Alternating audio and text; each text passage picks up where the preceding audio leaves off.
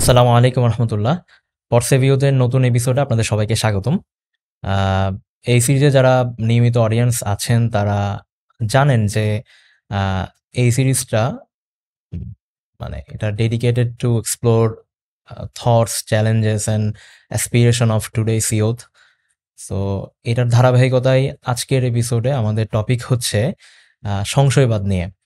এবং আমাদের সাথে আজকে গেস্ট হিসেবে আছেন আমাদের আহ, একজন প্রিয় ভাই, লেখক, যার নামের সাথে কাজের একটা মিল পাওয়া যায়। আমরা জানি যে মিনার হচ্ছে মানুষকে দিক নির্দেশনা দেয় বা দূর থেকে পথের একটা দিক নির্দেশনা দেয় বা অন্ধকার থেকে আলোতে নিয়ে আসে। তেমনি আমাদের যিনি আজকে গেস্ট হিসেবে আছেন তার লেখা এবং তার বিভিন্ন স্পিচ আছে যেগুলো মানুষকে সংশয় থেকে, বিভিন্ন ভ্রান্ত মতবাদ থেকে তাদেরকে আলোর দিকে নিয়ে আসে। সালাম আলাইকুম রহমতুল্লাহ। ভাই কেমন আছেন? ওয়ালাইকুম আসসালাম রহমতুল্লাহ। আলহামদুলিল্লাহ, আমি ভালো আছি। আপনি কেমন আছেন? আলহামদুলিল্লাহ ভাই। তো আজকে যেটা নিয়ে মূলত কথা বলছিলাম সেটা হচ্ছে সংশয়বাদ নিয়ে। বর্তমানে ইয়ুথদের মধ্যে যে জিনিসটা একটু বেশি হাইলাইট করা হয় বা দেখানো হয় বা ওরা যে জিনিসটাতে মানে ভোগান্তির মধ্যে থাকে সেটা হচ্ছে ফেইথ নিয়ে মূলত। এবং ইতিমধ্যে অনেক ধরনের মতবাদ কিন্তু সমাজের মধ্যে মানে প্রচলিত হয়ে গেছে যেগুলো ফেইথ রিলেটেড। এবং যেহেতু একটা ফেইথের উপর বা নিয়তের উপর সবকিছু ডিপেন্ড করে, এবং সে যদি একটা ভুল ফেইথের উপর তার লাইফটা গড়ে ওঠে, দিন শেষে কিন্তু তার লাইফস্টাইলটা নিজের স্বাধীনতার মধ্যে সে লিড করতে চাইলেও সেটা কিন্তু হয় না। এটা কিন্তু একটা বিশৃঙ্খল অবস্থায় চলে যায়। তো যার কারণে এই সংশয়বাদ নিরসনের জন্য আজকের পডকাস্টের টপিকটা সিলেক্ট করা হয়েছে। তো শুরুতেই ভাই জানতে চাচ্ছিলাম আছে নাস্তিকদের যে প্রবণতাটা, নাস্তিকদের ওয়েবসাইটে বিভিন্ন লেখালেখি, ওদের বিভিন্ন ব্লগারদের নিয়ে যে একটা কথা চলছিল তখন 2013 সালের আগে বা 2013 সালে। তো এই যে ওদের অ্যাক্টিভিজমটা, এটা কিন্তু মানে খুব বেশি মানে বেড়ে যাচ্ছে সামনে, এবং অলরেডি এটার প্রবণতা অনেক বেশি। ওরা চাই কিন্তু মুসলিমদের মধ্যে, মুসলিম ইয়ুথদের মধ্যে একটা সংশয় বীজ ঢুকিয়ে দেওয়ার জন্য। সো বাংলাদেশে এই ইয়ুথদের মধ্যে এই নাস্তিকবাদের চর্চা, এটা চিত্রটা কেমন? জি, খুবই গুরুত্বপূর্ণ প্রশ্ন করেছেন। সত্যি কথা বলতে এই চিত্রটা সম্পর্কে আমরা যারা নিজেদেরকে ধার্মিক বলে মনে করি, আমাদের অনেকেই এটা সম্পর্কে একেবারে অবগত না। এখানে একটা বিশাল একটা চিত্র আছে, যে চিত্রটার সম্পর্কে সম্পূর্ণ অনবহিত আমাদের যে ধার্মিক যে আমাদের একটা বলয় আছে, সেই বলয়টা। তো আমি যেহেতু এই বিষয়টা নিয়ে কাজ করি, এবং সত্যি কথা বলতে আমিও কিন্তু আমজনতার প্রতিনিধি, আমিও জেনারেল লাইনে পড়াশোনা করেছি, আমি মাদ্রাসায় পড়িনি। আমি সেই বিষয়গুলো দেখে এসেছি, নিজের চোখে দেখে এসেছি বিশ্ববিদ্যালয় জীবনে অথবা অনলাইনে থাকার সুবাদে, বিভিন্ন প্ল্যাটফর্মে অ্যাক্টিভ থাকার সুবাদে বিষয়গুলো আমি দেখি, এবং এই বিষয়ে কাজ করার সুবাদে আমার সাথে অনেকেই বিষয়গুলো নিয়ে যোগাযোগ করে।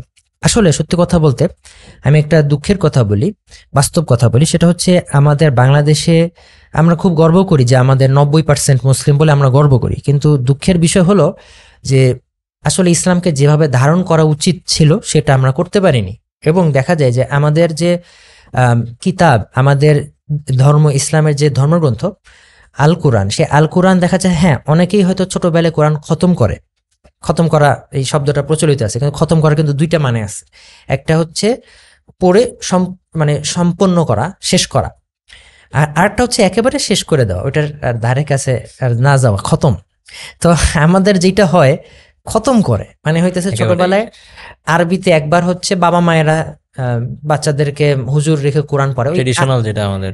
হ্যাঁ, আরবিতে তারা হয়তো একবার কোরআন পড়ছে, কিন্তু ওই যে একবার পড়ছে ওই খতম হয়ে গেছে, সারা জীবনে আর কোরআনের ধারে কাছে যখন, এরপর যখন মারা যায় তখন লাশের কাছে বসে কোরআন কোরআন পড়ে। আবার আবার খতম করে একদম। কিন্তু এটা কি হওয়া উচিত ছিল? এটা হওয়া উচিত ছিল না। বরং কোরআন, অবশ্যই কোরআন আরবিতে তেলাওয়াত করার ফজিলত অবশ্যই আছে, কিন্তু শুধু আরবিতে তেলাওয়াত করার জন্য তো কোরআন আসেনি। কোরআন আসলে বোঝা এবং কোরআনকে বুঝে নিজের জীবনে সেটার প্রতিফলন ঘটানো, মূলত সেজন্যই তো কোরআনকে নাজিল করা হয়েছে, যে এটার আলোকে জীবনযাপন করা। কিন্তু আফসোসের বিষয়, আমাদের বাংলাদেশের বেশিরভাগ ক্ষেত্রে এটা হয় না। এবং আমি একদম লিখে দিতে পারি, বাংলাদেশের 90%-এরও বেশি মুসলিম জীবনেও একবার প্রথম থেকে শেষ পর্যন্ত অর্থসহ আমি আবার বলছি অর্থ সহ কোরআন পড়েনি। আরবিটা হয়তো অনেকে খতম করেছে, কিন্তু অর্থ সহ পড়েনি, কোরআন বুঝিনি, কোরআনে যে কি আছে সেটা অনেকে জানে না। আমি আরো একটা জিনিস একেবারে নিশ্চয়তা দিয়ে বলতে পারি, আমাদের সমাজের 90%-এরও বেশি মুসলিম তারা সারা জীবনেও নবী সাল্লাল্লাহু আলাইহি সাল্লামের একটা সম্পূর্ণ সিরাত গ্রন্থ, সিরাত মানে জীবনী গ্রন্থ, মানে সিরাত মানে কি এটা অনেকে জানে না, রাসূল সাল্লাল্লাহু আলাইহি সাল্লামের একটা সম্পূর্ণ জীবনী গ্রন্থ সম্পূর্ণ পড়েনি এরকম মুসলিমের সংখ্যা 90%-এর বেশি, এটা আমি নিশ্চয়তা দিয়ে বলতে পারি। এবং সমাজের বেশিরভাগ মানুষই জানেই না আমাদের নবী করিম সাল্লাল্লাহু আলাইহি সাল্লামের জীবন কিরকম ছিল, তিনি আসলে তার মানে জীবন আদর্শটা কিরকম ছিল, তিনি কিভাবে দিন প্রচার করতেন, কিভাবে তিনি জীবন যাপন করেছেন, বেশিরভাগই কিন্তু অনবহিত। মানে ভাষায় কিছু ধারণা, কোরআন সম্পর্কে বা হাদিস সম্পর্কে বা সিরাত সম্পর্কে ভাষায় কিছু ধারণা, এবং এই ধারণার ভিতরে অনেক গলত জিনিসপত্র আছে, ভুলভাল জিনিসপত্র আছে। তো এই যে একটা বিশাল অজ্ঞতা, এবং বেশিরভাগ দেখা যাচ্ছে বাবা মায়েরা ক্যারিয়ার কেন্দ্রিক ভাবে ছেলে মেয়েদেরকে বড় করে বেশিরভাগ, এবং তারা হয়তো ছোটবেলায় হয়তো কোনো মতে নামাজটা শিখায়, নামাজও কিন্তু বেশিরভাগ মানুষ পড়ে না, 5 ওয়াক্ত নামাজ যেভাবে পড়া উচিত সেভাবে কিন্তু পড়ে না। যারা পড়ে তারাও নামাজে যে দোয়া কালামগুলো পড়ে, যে সূরাগুলো পড়ে, এগুলোর মানে বুঝে না, অথচ এগুলো বোঝার কিন্তু দরকার, সেভাবে পড়ে না, জাস্ট পড়ার জন্য। তো এরকম একটা অজ্ঞ জনগোষ্ঠী। তো এটাই আসলে আমাদের আপনি যেটা বলেন যে চিত্রটা সংশয়ে বা আমাদের তরুণ সমাজের এরকম একটা সমাজ যদি থাকে, সেখানে তো আসলে সংশয়বাদের উর্বর ভূমি হবে, এটাই স্বাভাবিক। কেন স্বাভাবিক সেটা আমি একটু পরেই ব্যাখ্যা করছি। তো আমাদের সমাজে মুসলিমদের চেতনাটা মূলত এরকম, এবং প্রচুর বিদাত প্রচলিত আছে, প্রচুর ভ্রান্ত ধারণা প্রচলিত আছে। যেমন আমি একটা উদাহরণ দিই, রাসূল সাল্লাল্লাহু আলাইহি সাল্লামের জীবনী বলতে নিয়ে অনেকের ভিতরে একটা গল্প প্রচলিত আছে যে একজন বুড়ি, সে রাসূল সাল্লাল্লাহু আলাইহি সাল্লামের পথে কাটা বিছিয়ে রাখতো। রাসূল সাল্লাল্লাহু আলাইহি সাল্লাম যখন নামাজে যেতেন তার দ্বারা তিনি আক্রান্ত হতেন, একবার দেখলেন যে কাটা নাই, তিনি বুড়িকে দেখতে গেলেন, অসুস্থ, তার সেবা করলেন। হ্যাঁ, গল্পটা খুব সুন্দর, কিন্তু এটা একটা জাল হাদিস, এই ঘটনা কখনো ঘটে নাই। তো অনেকে দেখা যাচ্ছে রাসূল সাল্লাল্লাহু আলাইহি ওয়াসাল্লাম সম্পর্কে সহিহ অনেক ঘটনা আছে, রাসূল সাল্লাল্লাহু আলাইহি ওয়াসাল্লামের মহত্বের, রাসূল সাল্লাল্লাহু আলাইহি ওয়াসাল্লামের সহনশীলতার, রাসূল সাল্লাল্লাহু আলাইহি ওয়াসাল্লামের দয়া করুণা, এসবের অনেক সুন্দর ঘটনা বিশুদ্ধ সনদেই বর্ণিত আছে, কিন্তু দেখা যাচ্ছে বেশিরভাগ জানে না, যেইটা জানে ওইটা জাল হাদিস, এরকম অজ্ঞতা। আবার দেখা যাচ্ছে রাসূল সাল্লাল্লাহু আলাইহি ওয়াসাল্লাম সম্পর্কে এমন জিনিস জানে যেটার বাস্তবতা নাই, তো এরকম একটা অজ্ঞতার ফলে জানে না। তো দেখা যায় আমাদের বর্তমান সমাজে দেখা যাচ্ছে যে নাস্তিক ব্লগার, যাদের কথা আমি একটু আগে বললাম, তারা যখন ইসলামে কোনো একটা আর্গুমেন্ট দেয়, এখন তো সোশ্যাল মিডিয়ার যুগ, সবার হাতে হাতে স্মার্টফোন আছে বা ইন্টারনেট আছে, ইন্টারনেট কানেকশন আছে, যখন ইসলাম বিরোধী কোনো আর্গুমেন্টের সামনে পড়ে খুব সহজে সেটা দ্বারা প্রভাবিত হয়। আমি একটা উদাহরণ প্রায় দেই, আমি আবারও এখানে দেব। সেটা হচ্ছে, ধরেন একটা কলসি, সেই কলসির হচ্ছে পুরো খালি, সেটাকে যদি আপনি সোজাসুজি যদি একটা পুকুরের মধ্যে আপনি ঢুকিয়ে দেন, গল গল করে পানি ঢুকে যাবে না কলসিটায়, সেটা কিন্তু পানি সহজে ঢুকবে এবং সেটা ডুবে যাবে। কিন্তু সেই কলসিটা যদি কোনো কিছু দিয়ে ভরা থাকে, ধরেন মাটি দিয়ে ভর্তি আছে সেই কলসিটা, তাহলে সেটা আপনি যদি ঢুকান, সেটার ভিতর পানি ঢুকতে পারবে না, কারণ সেটার ভিতর আগে মাটি আছে। আর যদি অর্ধেক মাটি দ্বারা পূর্ণ থাকে, তাহলে অর্ধেক পানি ঢুকবে। একইভাবে যখন একজন মুসলিমের অন্তর ইসলামের সম্পর্কে জ্ঞান দ্বারা একেবারে শূন্য, তখন সে সমাজে ইসলাম বিরোধী যদি কোনো আর্গুমেন্ট দেখে, তাহলে সেটা দ্বারা তো প্রভাবিত হবেই, সে খুব সহজেই ওই সমস্ত যুক্তির দ্বারা সে প্রভাবিত হয়, খুব সহজেই সে সংশয়ে পড়বে, এটা তো পড়বেই, সে সংশয়ে পড়বে, এরকম এটা তো খুব স্বাভাবিক ব্যাপার। তাছাড়া নাস্তিক্যবাদের মানে ওদের কথাবার্তার মধ্যে মেইন থিম যেটা উঠে আসে সেটা হচ্ছে যে ধর্ম বা ইসলাম আপনাদেরকে একটা গোলক ধাঁধার মধ্যে বা একটা বদ্ধ ঘরে আবদ্ধ করে রাখে, আর আপনারা যদি এটা থেকে বের হয়ে আসতে চান তাহলে আপনার স্বাধীন লাইফ লিড করতে পারবেন, এই থিমগুলো ওরা দেখায়। হ্যাঁ, এটা তো আছেই, কিন্তু প্রথম কথা হচ্ছে অজ্ঞতা, এটা হচ্ছে 1 নাম্বার কারণ। এবং এক্স মুসলিম হিসেবে যারা পরিচিত, এদের একটা বড় অংশই হচ্ছে যারা আসলে নামে মুসলিম ছিল, প্র্যাকটিসিং ছিল না। তবে প্র্যাকটিসিংদের থেকে কেউ যে আসলে মোরতাদ হয় না এটা আমরা বলি না, সেখান থেকেও কেউ কেউ হয়, কিন্তু বেশিরভাগই হচ্ছে নামমাত্র মুসলিম ছিল। আমার মনে হয় যারা ঘোরতর নাস্তিক তারা আমার এই কথার সাথে দ্বিমত করতে পারবে না, বেশিরভাগই তারা এরকম। তবে হ্যাঁ, প্র্যাকটিসিংদের থেকেও, এমনকি আলেমদের থেকেও কেউ কেউ নাস্তিক হয়েছে, এরকমটাও আছে। তো এটা হচ্ছে প্রথম ব্যাপার। দ্বিতীয় ব্যাপার হচ্ছে, দেখেন বর্তমান সময়ে পৃথিবীতে যে মতাদর্শটার সব থেকে মানে জয়গান চলছে, সেটা হচ্ছে সেকুলার লিবারেলিজম, এবং দেখা যাচ্ছে সর্বত্রই এই চিন্তা চেতনার প্রতিচ্ছবি দেখা যাচ্ছে শিক্ষা ব্যবস্থা, পাঠ্যপুস্তক, তারপর হচ্ছে মিডিয়া, সংবাদপত্র, নাটক, সিনেমা, সমস্ত কিছুর ভিতরে বিভিন্ন সেকুলার লিবারেল চিন্তাধারার হয়।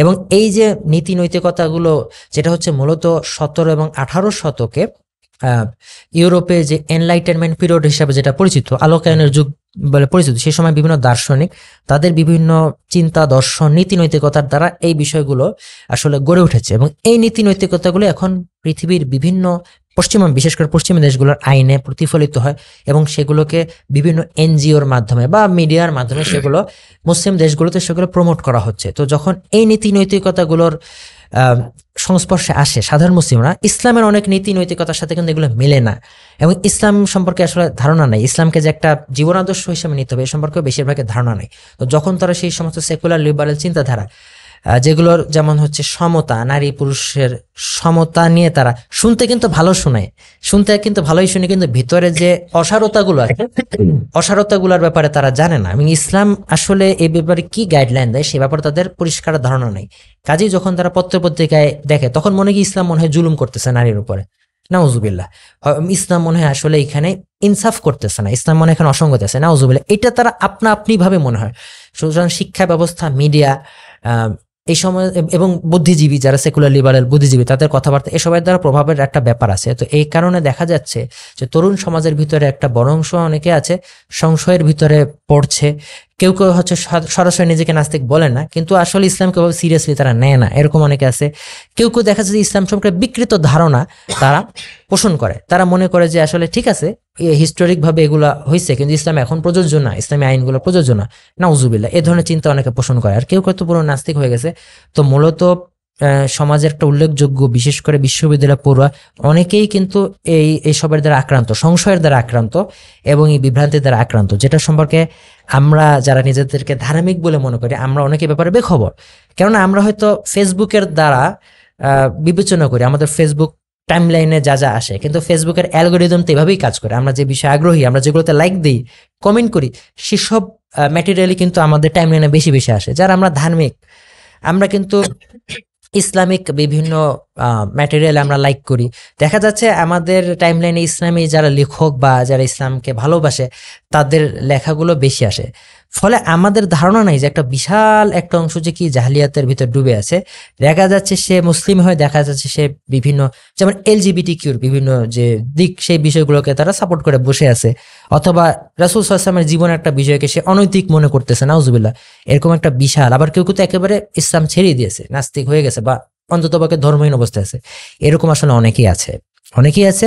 কিন্তু আসলে কোনো ধরনের পরিসংখ্যান আমাদের দেশে সেভাবে নেই এবং আদমশুমারিতে বিষয়গুলোর প্রতিফলন ঘটে না, কারণ মোটা দাগে তারা মুসলিম হিসেবে নিজেদেরকে পরিচয় দেয়। কাজে এরকম একটা আসলে যেটাকে বলে প্রদীপের নিচে অন্ধকার, এরকমটা কিন্তু আছে এবং বিষয়টা আসলে আমাদের সচেতন হওয়ার প্রয়োজন রয়েছে। আচ্ছা, এটার বৃদ্ধির কারণগুলো কেন বাংলাদেশে যে এটার অনেক বেশি প্রবণতা বেশি দেখা যাচ্ছে, এটার রিজনটা কি? আসলে এটার বৃদ্ধির কারণটা আমি ইতিমধ্যে বলে ফেলেছি যে আসলে সেকুলার লিবারালিজমের যে প্রভাব যেটা আমাদের দেশের মিডিয়া, আমাদের দেশের শিক্ষা ব্যবস্থা সব জায়গায় যেটার প্রতিফলন ঘটছে।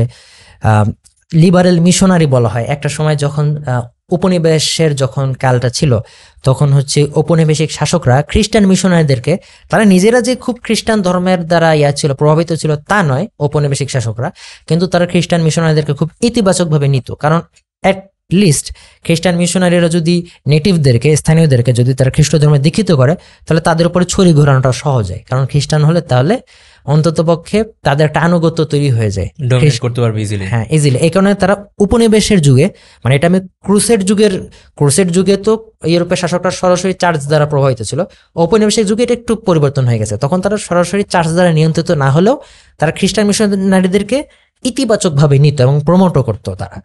এখন যেটা হয়, এখন আবার আর একটু বদলে গেছে, এখনো খ্রিস্টান মিশনারিরা আছে, তাদেরকে এখনো পজিটিভ ভাবেই নেয়, তবে তাদের থেকেও বেশি পজিটিভ ভাবে নেয় লিবারেল মিশনারিদেরকে। এদেরকে আমরা মজা করে বলি লিবারেল মিশনারি। এই যে বিভিন্ন সংগঠন আছে, বিভিন্ন বুদ্ধিজীবী আছে, বিভিন্ন এনজিও আছে, এরা দেখা যাচ্ছে বাংলাদেশের বিভিন্ন বড় বড় জায়গাতেও তারা এখন তারা ছড়ি ঘোরানোর চেষ্টা করছে, তারা দেশের বিভিন্ন বিষয়কে তারা নিয়ন্ত্রণের চেষ্টা করছে এবং দেখা যাচ্ছে তারা সূক্ষ্মভাবে বিভিন্ন সেকুলার লিবারেল নীতি নৈতিকতা তারা প্রমোট করছে। তারা হয়তো এমন ভাবে সরাসরি তো ইসলামের বিরুদ্ধে বলে না, কিন্তু বলে ইসলাম আসলে এরকম না, ইসলাম আসলে এরকম। মানে দেখা যাচ্ছে এরকম অনেক বুদ্ধিজীবীকে আমরা দেখেছি যাদের জীবনে ইসলামের রস্যইও নাই, তারাও দেখা যাচ্ছে বলে মোল্লারা এইভাবে বুঝায় বলে, মানে আলেম ওলামাদের সম্পর্কে একটা নেতিবাচক ধারণা তৈরি করে দিয়ে নানা রকম সেকুলার লিবারেল চিন্তাধারা ইসলামের ভিতরেও তারা ঢোকানোর চেষ্টা করে।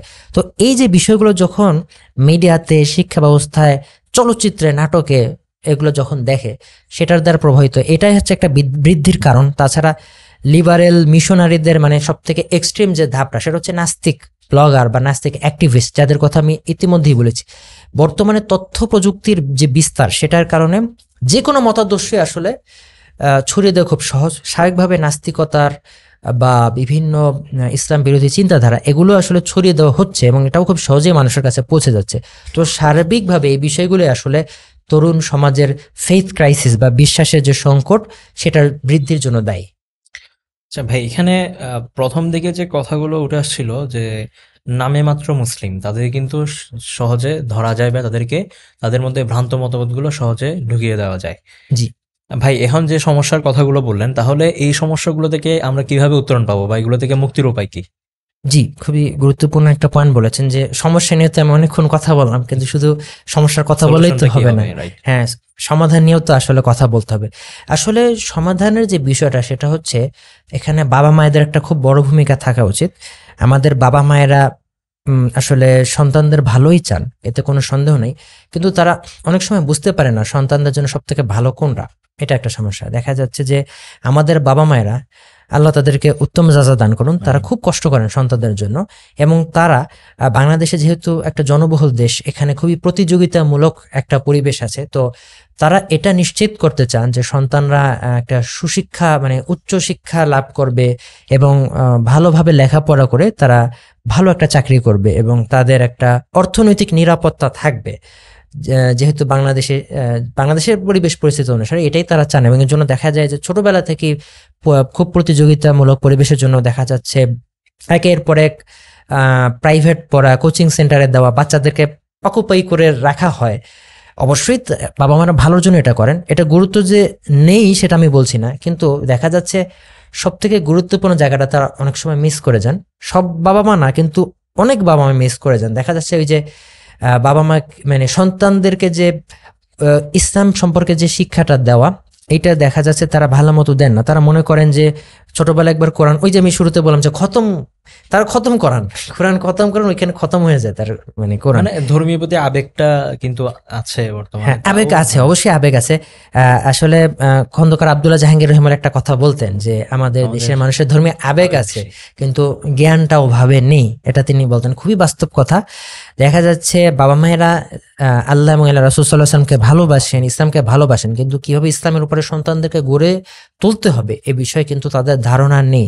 সন্তানকে তারা হয়তো নামাজ শিক্ষা দেন, কিন্তু সবাই কিন্তু সন্তানকে নামাজ, যেটা একটা ফরজ কাজ, যেটা হচ্ছে ইমান এবং কুফরের পার্থক্য, দেখা যাচ্ছে অধিকাংশ বাবা মায়ের সন্তানের আসলে 5 ওয়াক্ত সালাত আদায় করছে না।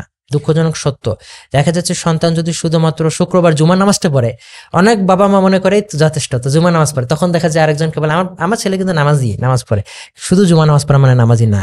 মানে যেটা ওরা আসলে আমাদের বাবা মা আমাদের জন্য ভালো চান, খারাপ না, কিন্তু কথা হচ্ছে পরিবেশের কারণে হ্যাঁ, পার্সপেক্টিভ অনুযায়ী ওনাদের চিন্তা ধারাটা হ্যাঁ। চেঞ্জ হয়ে যায়। এবং আমাদের দেখা যাচ্ছে অনেক বাবা মা তারা নিজেরাও ইসলাম সম্পর্কে আসলে জানেন না, তারা নিজেরাও এইভাবে আসলে হয়েছেন, বড় হয়েছেন। ইসলামকে তারা আহ, হয়তো অনুধাবন করতে পারেননি যেভাবে অনুধাবন করা দরকার। ইসলামকে একটা জীবন আদর্শ হিসেবে নেওয়া, সেটা তারাও হয়তো পারেননি। তাদের আগের প্রজন্মে যেরকম ছিল, মানে ইসলামের মুবারক যুগে ধাপে ধাপে যে আহ, ধার্মিকতা, তাকওয়া, যেটা আস্তে আস্তে কমে গেছে, এবং বিশেষ করে ঔপনিবেশিক যুগ যখন আমাদের অঞ্চলে এসেছে, তখন থেকে আস্তে আস্তে আরো ইসলাম থেকে যে ডিটাচ হয়ে যাওয়ার যে বিষয়টা, সেই বিষয়টা কিন্তু আহ হয়েছে আমাদের এই অঞ্চলে। অর্থাৎ মিডিয়ার মাধ্যমে বা যেভাবেই হোক পশ্চিমা দর্শন আমাদের বাবা মার মধ্যে এটা মানে প্রভাব বিস্তার করেছে। বিস্তার করেছে।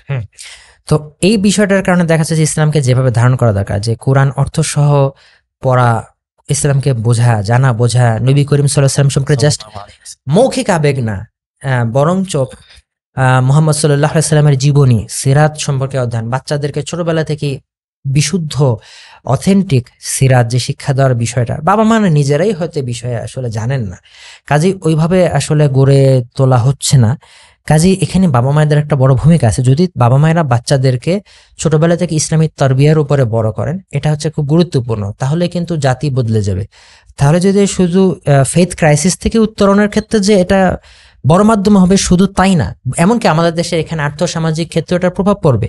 কারণ যে ইসলামী তারবিয়ার উপরে বড় হবে সে কিন্তু দুর্নীতি করতে পারে না, সে ঘুষ খাবে না, সে সুদ খাবে না, সে কিন্তু চোর হবে না, ডাকাত হবে না। আমি চোর বলতে কিন্তু শুধু শীত কাটা চোর বুঝাইনি, আমি চোর বলতে বুঝাচ্ছি সব চোরকেই বুঝাচ্ছি, যে যে দেখা যাচ্ছে শিক্ষিত চোর, দেখা যাচ্ছে সে পিএইচডি করেছে, সে উচ্চশিক্ষা লাভ করেছে, কিন্তু বড় একটা পজিশনে গিয়ে সে দেখা যাচ্ছে দুর্নীতি করছে, সে রাষ্ট্রের টাকা সে চুরি করছে, সহজ কথায় সে মেরে দিচ্ছে।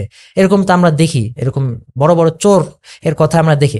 যদি বাবা মা সন্তানদেরকে ইসলামী মূল্যবোধের উপরে বড় করে, তাহলে অবশ্যই তার ক্ষেত্রে তারপরও যে সে কখনো ফেথ ক্রাইসিসে পড়বে না এরকম গ্যারান্টি নাই, কিন্তু তার সংশয়ে পড়ার সম্ভাবনা অনেকটাই কমে যাবে।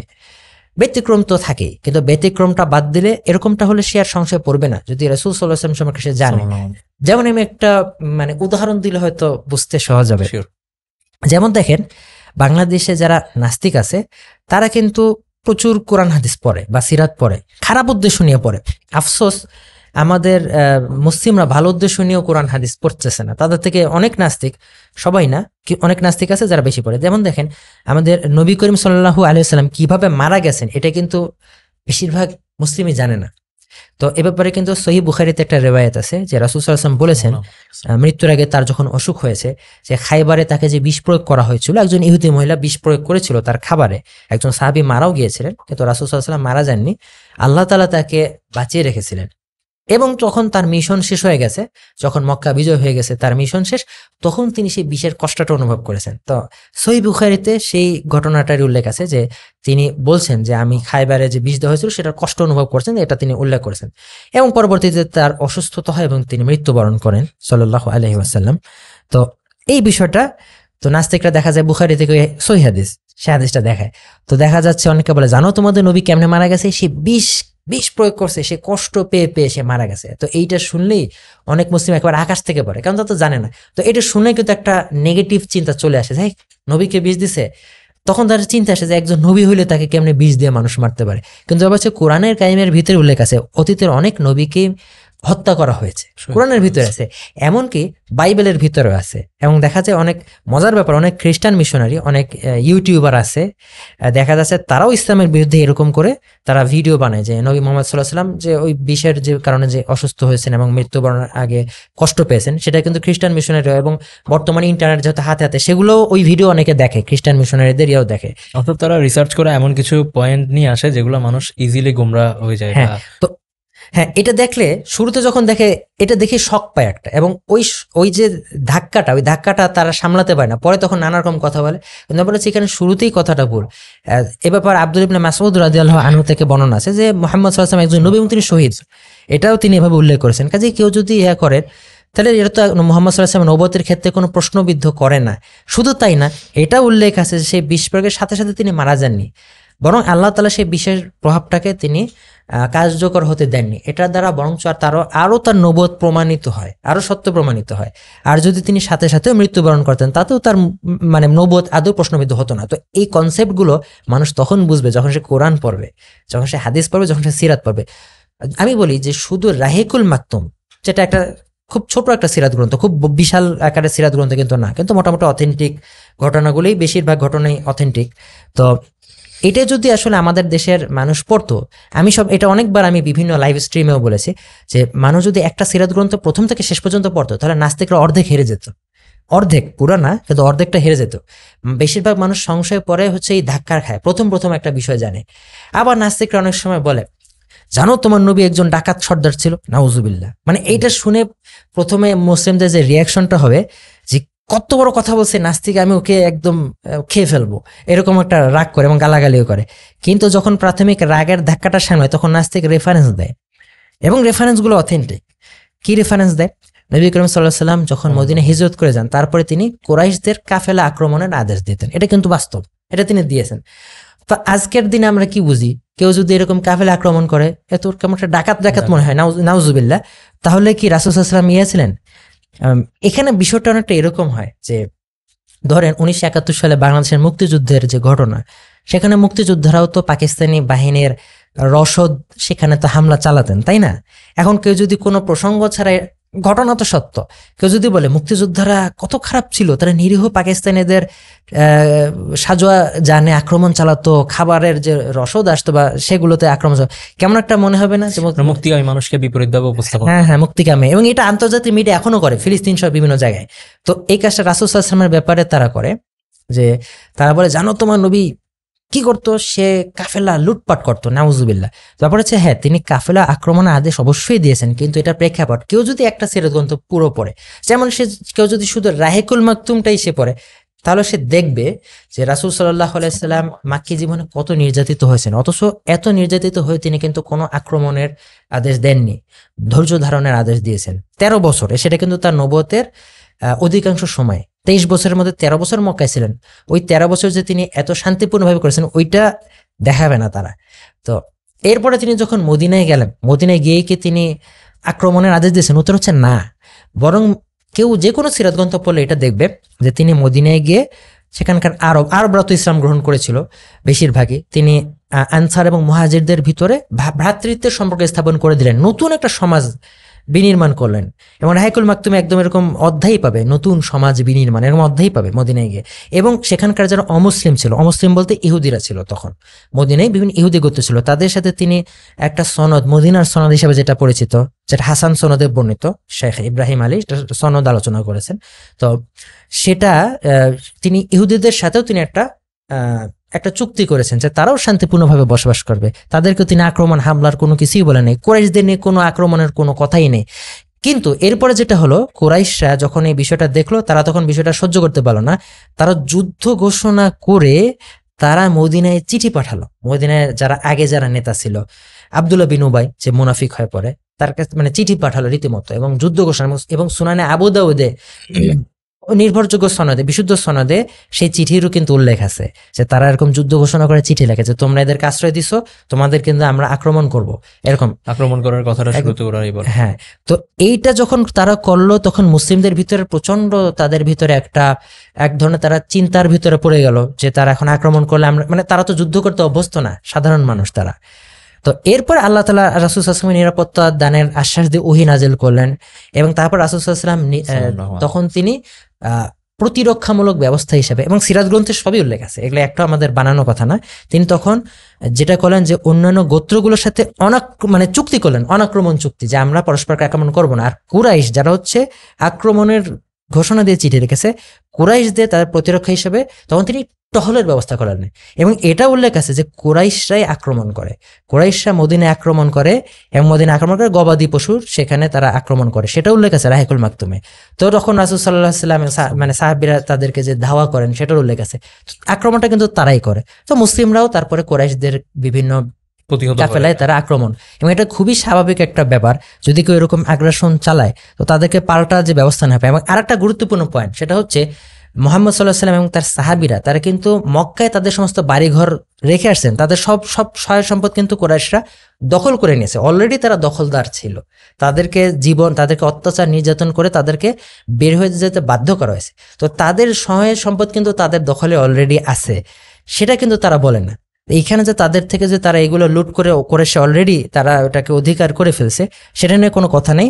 কিন্তু রাসূল সাল্লাল্লাহু আলাইহি ওয়াসাল্লাম কাফেলা আক্রমণের আদেশ দিয়েছেন, সেটা যদি সত্যি রাসূল সাল্লাল্লাহু আলাইহি ওয়াসাল্লাম ডাকাত হতেন, নাউজুবিল্লাহ, তাহলে তো তিনি যে কোনো গোত্রকে আক্রমণ করার সেরকমটা কিন্তু আমরা দেখি না। তিনি কিন্তু অন্য গোত্রের সাথে অনাক্রমণ চুক্তি করেছেন, এটা কিন্তু উল্লেখ আছে। তো আমি এই উদাহরণগুলো কেন দিলাম, কেউ যদি সিরাত গ্রন্থ পড়ে, তাহলে হ্যাঁ রাসূল সাল্লাল্লাহু আলাইহি ওয়াসাল্লাম বা সাহাবীদের অনেক কাজ দেখে হয়তো মনে হবে এখনকার যে সমাজ ব্যবস্থা বা রাষ্ট্র ব্যবস্থার সাথে মিলে না, কিন্তু না মিললে অনেক সময় মনে করে যে এগুলো মনে হয় উগ্রতা বা হয়তো নেতিবাচক মনে হতে পারে। কিন্তু শানে নজুলটা সম্পর্কে মানে ধারণা কম রাখে, যদি প্রেক্ষাপট সহকারে একটা সিরাত গ্রন্থ পুরো পড়ে এবং কোরআন পড়ে, বিশেষ করে তাফসীর সহ যদি পড়ে, তাহলে কিন্তু নাস্তিকরা অর্ধেকের বেশি তারা হেরে যাবে। কোরআন যদি সম্পূর্ণ পড়ে একটা সিরাত, কাজে আমি এটা সবসময় বলবো যে অবশ্যই বাবা মায়েদেরকে এভাবে সন্তানদের বড় করতে হবে, ছোটবেলা থেকে অর্থসহ কোরআন পড়বে, তাফসির সহ পড়লে তো আরো ভালো, সেটি তাফসির সহ পড়া উচিত, অন্তত একটা সংক্ষিপ্ত তাফসির, বড় তাফসির যদি নাও পড়ে সংক্ষিপ্ত তাফসির সহকারে পড়বে। এবং অবশ্যই বাচ্চাদেরকে, সন্তানদেরকে এক মানে রাসূল সাল্লাল্লাহু আলাইহি ওয়াসাল্লাম সিরাত সম্পর্কে ধারণা দিতে হবে, সিরাত গ্রন্থ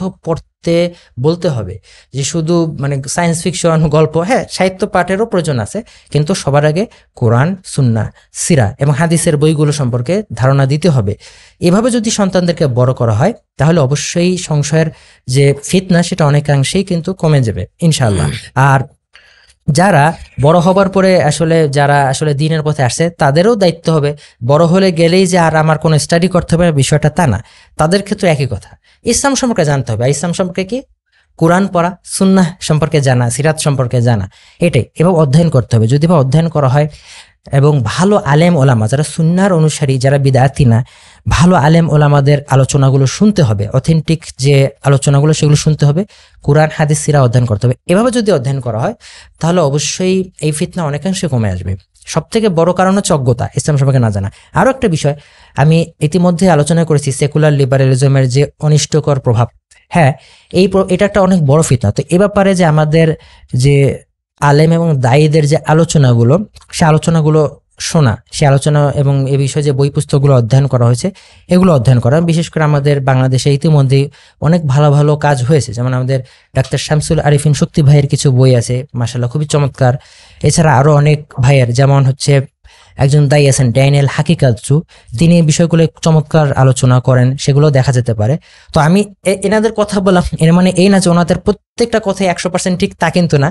আমি বলছি এই বিষয়ে জেনারেলি ওনারা খুব ভালো আলোচনা করেন মাশাআল্লাহ, তো সেগুলো অধ্যয়ন করা যেতে পারে। তো ভালো যারা এই বিষয়গুলো নিয়ে কাজ করে সে সমস্ত দায়ীদের ম্যাটেরিয়ালগুলো যদি অধ্যয়ন করা হয় বা দেখা হয় তাহলে ইনশাআল্লাহ এই ফিতনার ক্ষেত্রে, ফিতনা থেকে মুক্তির আসলে একটা উপায়ের ক্ষেত্রে একটা পদক্ষেপ হতে পারে এগুলো অধ্যয়ন করা। আর সব ক্ষেত্রে আমরা বলবো যে সংশয়ের প্রধান কারণ হচ্ছে অজ্ঞতা।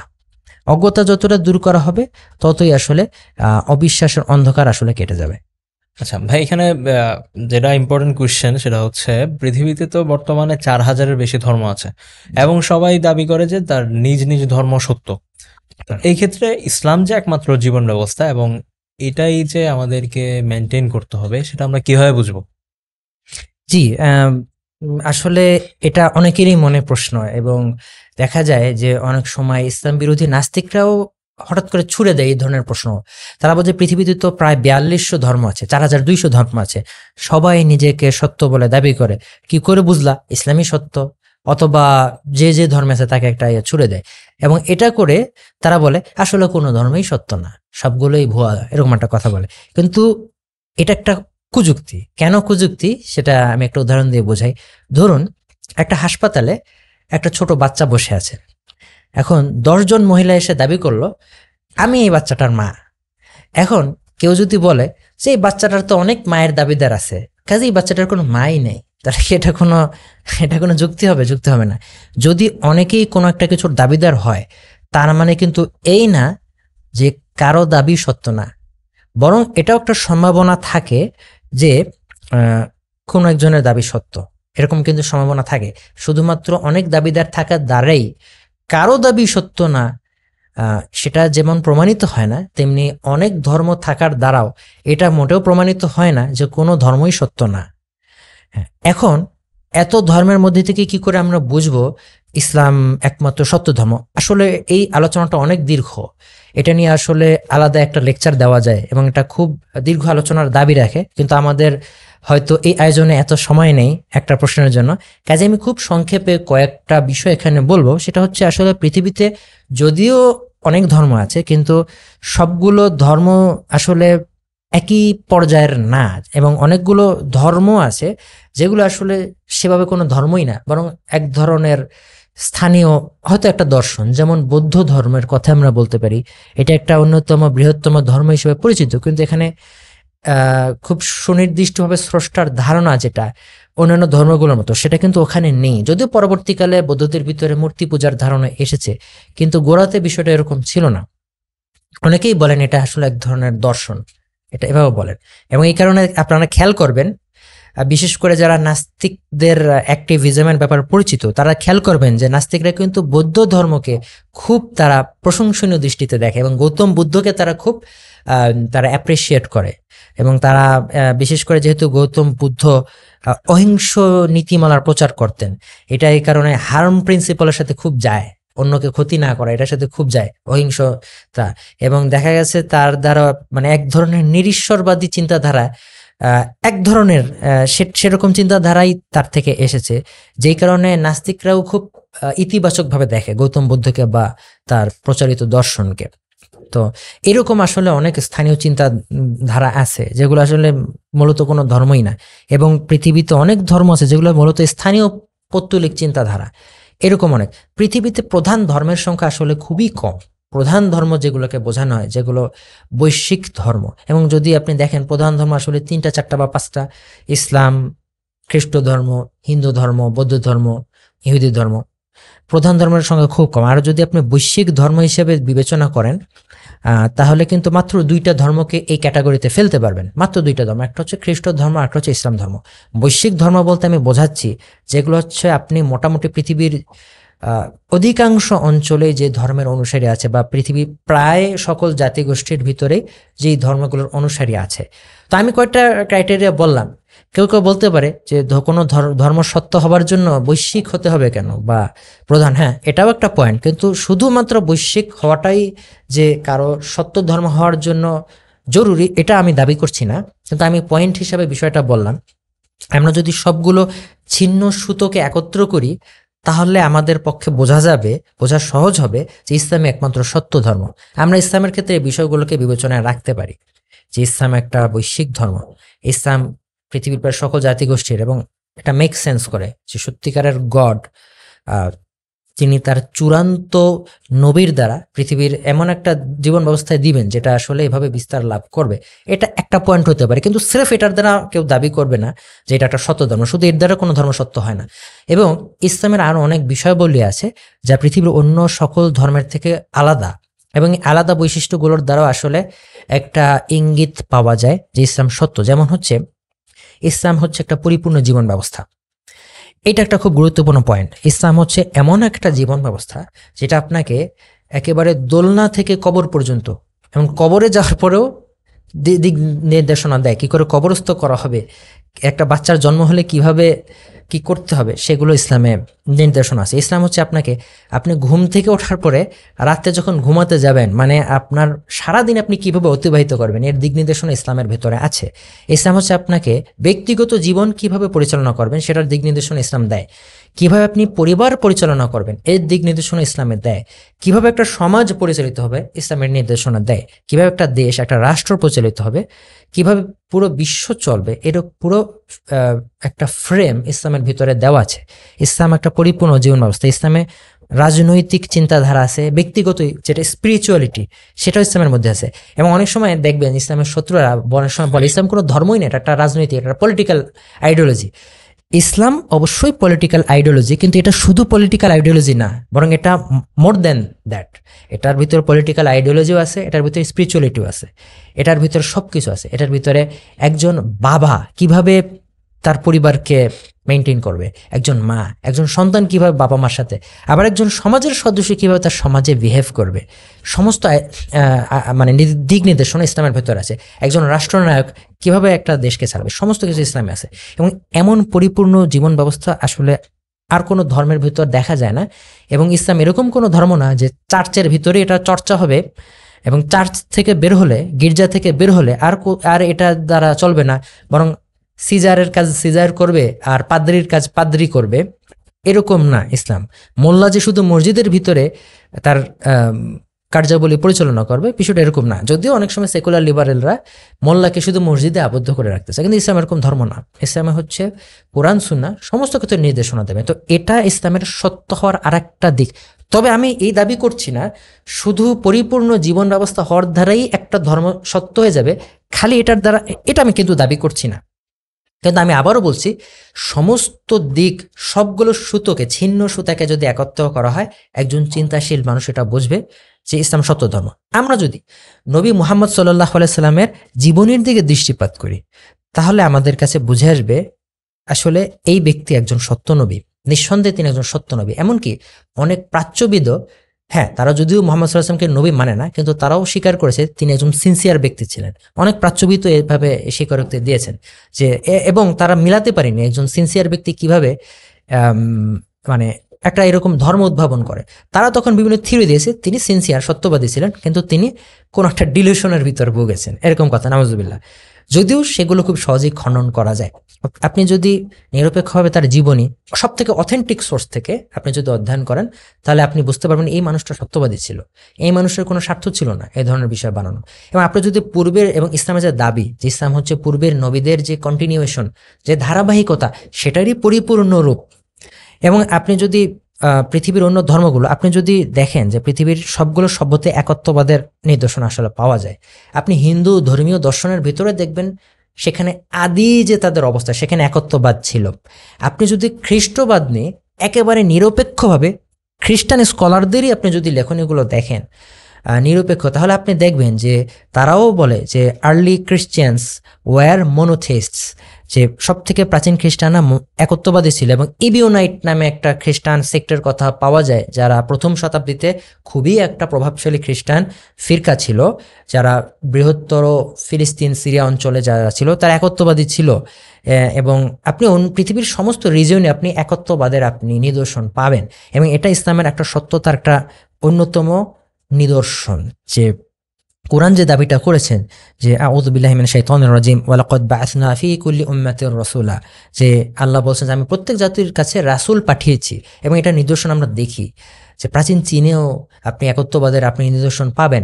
এমনকি জরথুস্ত্রবাদ, জোরাস্ট্রিয়ানিজম, সেখানে আপনি দেখবেন যে আদিতে তাদের ভিতরে একত্ববাদ, এখনও তারা নিজেদেরকে একত্ববাদী দাবি করে, আপনি এটা পাবেন। এবং এই বিষয়টা ইসলাম একটা সত্যতার অন্যতম একটা নিদর্শন। আপনি মুহাম্মদ সাল্লাল্লাহু আলাইহি ওয়াসাল্লামের জীবনীতে যদি তাকান, তার থেকে আপনি সহিহ হাদিসে এমনকি আল কোরআনের ভিতরে আপনি অনেক ভবিষ্যৎবাণী পাবেন। এটা খুবই ক্রুশিয়াল বিষয়, যেগুলো আসলে পরবর্তীতে সত্যে প্রমাণিত হয়েছে, অজস্র এরকম নিদর্শন। এবং মুহাম্মদ সাল্লাল্লাহু আলাইহি ওয়াসাল্লাম থেকে তার যে সহিহ হাদিসগুলো আছে সেখানে অনেক তথ্য পাওয়া যায়, অনেক ভবিষ্যৎবাণী পাওয়া যায়, যেগুলো অনেক পরে সত্য হয়েছে। সহিহ বুখারী এবং মুসলিম লিপিবদ্ধ হয়ে যাবার পরে সত্য হয়েছে, এরকম অনেক ঘটনা আছে, যেগুলো লিস্ট বিশাল। এ ব্যাপারে ইমাম বাইহাকি রাহিমাহুল্লাহ দালাইলুন নুবুয়ার ভিতরে বিশাল তালিকা আছে, যেটা ইমাম ইবনে কাসির রাহিমাহুল্লাহ আল বিদায়া ওয়ান নিহার 6ষ্ঠ খণ্ডে বাংলা অনুবাদও কিন্তু আছে, পিডিএফ অ্যাভেলেবল, আপনারা দেখতে পারেন দর্শকরা। আল বিদায়া ওয়ান নিহার 6ষ্ঠ খণ্ডে এরকম অনেক আসলে রাসূল সাল্লাল্লাহু আলাইহি ওয়াসাল্লাম থেকে ভবিষ্যৎবাণী তিনি ভবিষ্যৎবাণী করেছেন, যেটা কিছু হয়তো তার জীবদ্দশায় সত্য হয়েছে, কিছু তার মৃত্যুর পরে সত্যে প্রমাণিত হয়েছে, কিছু হচ্ছে ওই গ্রন্থ লেখার সময় সত্য হয়নি, ইনশাল্লাহ ভবিষ্যতে সত্য হবে, এরকম। তো এই এত বিশাল তালিকা, আপনি এখান থেকে শুধু সহিহ বর্ণনাগুলোকে আলাদা করলে আপনি বুঝবেন এই ব্যক্তি মুহাম্মদ সাল্লাল্লাহু আলাইহি ওয়াসাল্লাম তিনি অবশ্যই সত্য নবী। এবং আপনি যদি ইসলামের পরিপূর্ণ শিক্ষা, যেটা আমি আগেই বলেছি, কোরআনের ভবিষ্যৎবাণীগুলো, এবং আরেকটা বিষয় খুব গুরুত্বপূর্ণ, অনেক প্রাচীন আলেম ওলামারা এই বিষয়ে লিখেছেন যে কোরআনের ভাষাগত যে অলৌকিকত্ব, যে ব্যাপারে ইমাম খাত্তাবী রাহিমাহুল্লাহর লেখনী আছে, আরও অনেকেরই লেখনী আছে। কোরআনের ভাষাগত যে অনেক বিষয় আছে যেগুলো আসলে মিরাকুলাস, যেগুলো আসলে কোনো সাধারণ মানুষের পক্ষে আসলে সম্ভব না। এবং এই ভাষাগত অলৌকিকত্বগুলো কিন্তু আর্লি যারা কনভার্ট, মানে রাসূল সাল্লাল্লাহু আলাইহি ওয়াসাল্লামের যুগেও যারা আরব ছিল, তারা এই ভাষাগত বিষয়গুলো দেখে অনেকে কনভিন্সড হয়েছে যে ইসলাম আসলে সত্য, এই কোরআন আসলে আল্লাহর কাছ থেকে আসছে। ইভেন আমার জানা মতো তো কোরআনে আল্লাহ সুবহানাহু ওয়া তাআলা বলেছেন এরকম একটা সূরা রেডি করে দেবো, একটা আয়াত তৈরি করার চ্যালেঞ্জ দিয়েছিল, হ্যাঁ হ্যাঁ, কিন্তু এখনো পর্যন্ত কেউ সত্য হয়নি। এ ব্যাপারে অবশ্য অনেকে কুযুক্তিও দেয় যে যে কোনো সাহিত্যিকের লেখাই তো আসলে অনন্য, যদি এই কুযুক্তিগুলোর অনেক লম্বা চড়া জবাব আছে।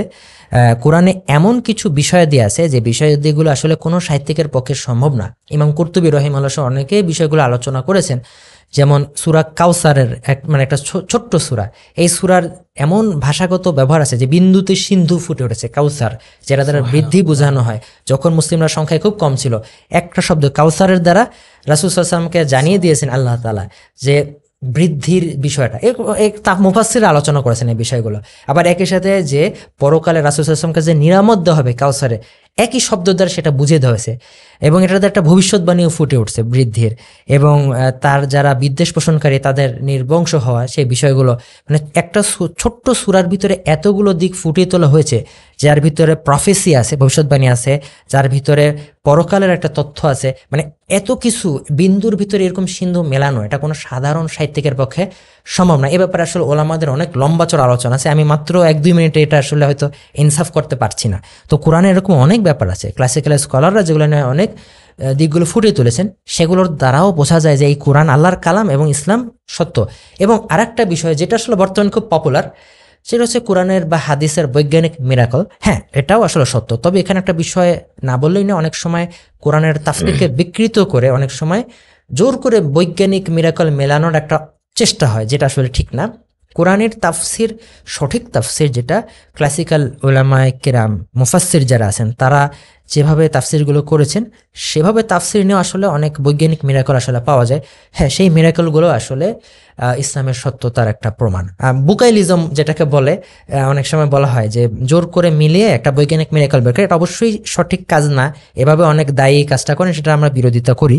তবে সত্যিকার অর্থে সঠিক তাফসীর, কোরআনের সঠিক অর্থ করার দ্বারাও কিন্তু বেশ কিছু মিরাকল পাওয়া যায়, বৈজ্ঞানিক মিরাকল, সেগুলোও ইসলামের সত্যতার প্রমাণ। তো সার্বিকভাবে এই সমস্ত ছিন্ন সুতোগুলোকে যখন আমরা একত্রিত করব, তখন আসলে যে কোনো সত্য সন্ধানী, যে কোনো ইনসাফকারী ব্যক্তির কাছে অবশ্যই ইসলামই একমাত্র সত্য ধর্ম হিসাবে তার কাছে আসলে এটা ফুটে উঠবে, এবং অন্য কোনো ধর্ম আসলে এখানে তুলনা হবে না। আর আরেকটা পয়েন্ট আমি বলতে ভুলে গেছিলাম, যেটা আসলে একটু বলি সংক্ষেপে, যে ইসলামের যে ধর্মগ্রন্থ কোরআন, এটার যে সংরক্ষণ, এটা আসলে অন্য যে কোনো ধর্মের থেকে একে আলাদা করেছে। এত অথেন্টিকভাবে আর কোনো ধর্মগ্রন্থ আসলে সংরক্ষিত থাকেনি।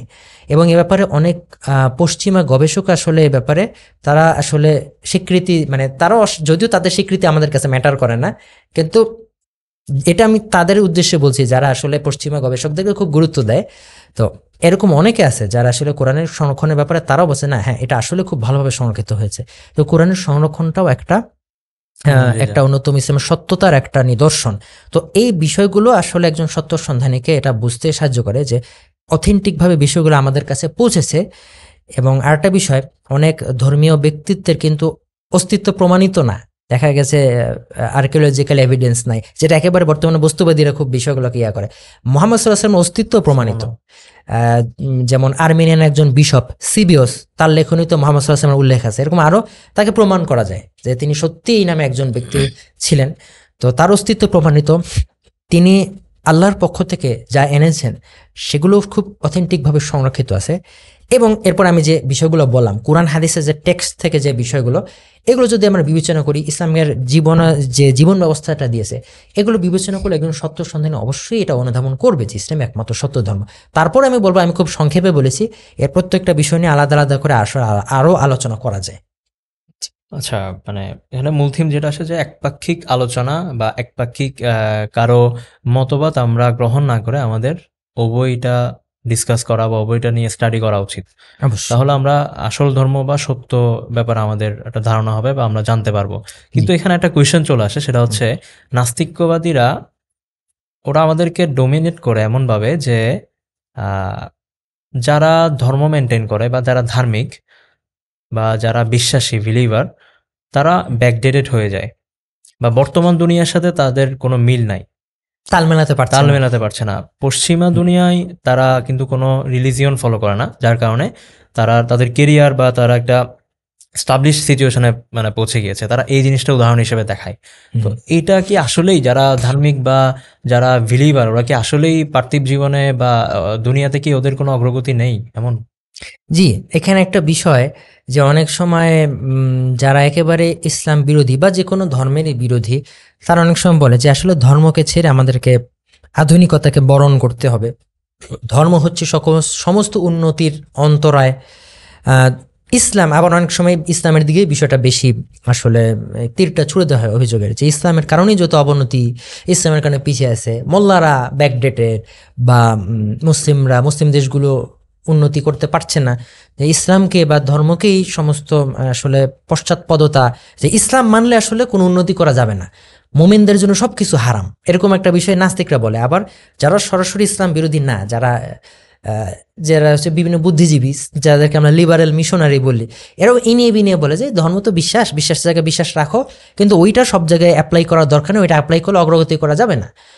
অত মোল্লাগিরি করলে আসলে কোনো অগ্রগতি করা যাবে না। উন্নত বিশ্বের দিকে দেখো, পশ্চিমারা তারা এখন আর ধর্মকে গুরুত্ব দেয় না, তারা কত অগ্রগতি অর্জন করছে, মুমিনরা কত পিছিয়ে আছে, মুসলিম দেশগুলো কত পিছিয়ে আছে, এটা বলে। এখন ব্যাপার হচ্ছে, প্রথম কথা হচ্ছে, হ্যাঁ, দুঃখজনকভাবে এই চিত্রটা একেবারে অবাস্তব তা নয়। অনেক মুসলিম দেশই আছে যারা আসলে বর্তমানে অনেক অনুন্নত অবস্থা আছে, এটা দুঃখজনক সত্য। আবার পশ্চিমা দেশগুলো যে আসলে পার্থিবভাবে অনেক অগ্রগতি অর্জন করেছে, এটার পিছনে সত্যতা আছে, এটা আমরা অস্বীকার করি না। এবং তাদের সবকিছুই যে খারাপ সেটা আমরা দাবি করি না। যেমন পশ্চিমা দেশগুলোতে অবশ্যই অশুভ অনেক ব্যাপার আছে, তাদের মতাদর্শগত, যেটা আমরা সবসময় সমালোচনা করেছি এবং করব, কিন্তু তাদের কিছু ভালো দিক আছে। যেমন তারা বিজ্ঞানের ক্ষেত্রে প্রচুর অগ্রগতি অর্জন করেছে, তাদের চিকিৎসা ব্যবস্থা, তাদের শিক্ষা ব্যবস্থার ভিতরে শিক্ষা ব্যবস্থা অনেক অনৈতিক বিষয় আছে, কিন্তু সেটা যদি বাদও দেই, উন্নত অনেক দিকও আছে। এবং তাদের দেশগুলোতে আইনের এক ধরনের শাসন তারা প্রতিষ্ঠা করেছে, নিয়ম শৃঙ্খলা তারা প্রতিষ্ঠা করেছে, যে কারণে সেখানে এক ধরনের জীবনযাত্রা দেখা যায় যেটা আসলেই পার্থিব দিক থেকে যেগুলো উন্নত। তো এটা বাস্তবতা, মুসলিম দেশগুলো অনেক সমস্যার মোকাবিলা করছে। কিন্তু এখানে একটা শুভঙ্করের ফাঁকি আছে। শুভঙ্করের ফাঁকিটা হলো যে আমরা যদি ইতিহাসের দিকে লক্ষ্য করি তাহলে বুঝবো যে আসলে চিত্রটা সবসময় এরকম ছিল না। একটা সময় ছিল যখন এই মুমিন মোল্লাদের দেশগুলোই পৃথিবীর সব থেকে উন্নত দেশ ছিল, এবং যেটাকে আসলে পশ্চিমা আলোচকরা যেটাকে বলে ইসলামিক গোল্ডেন এজ বলে অভিহিত করে। সেই সময় কিন্তু মুসলিমরা পৃথিবীতে নেতৃত্ব দিয়েছে।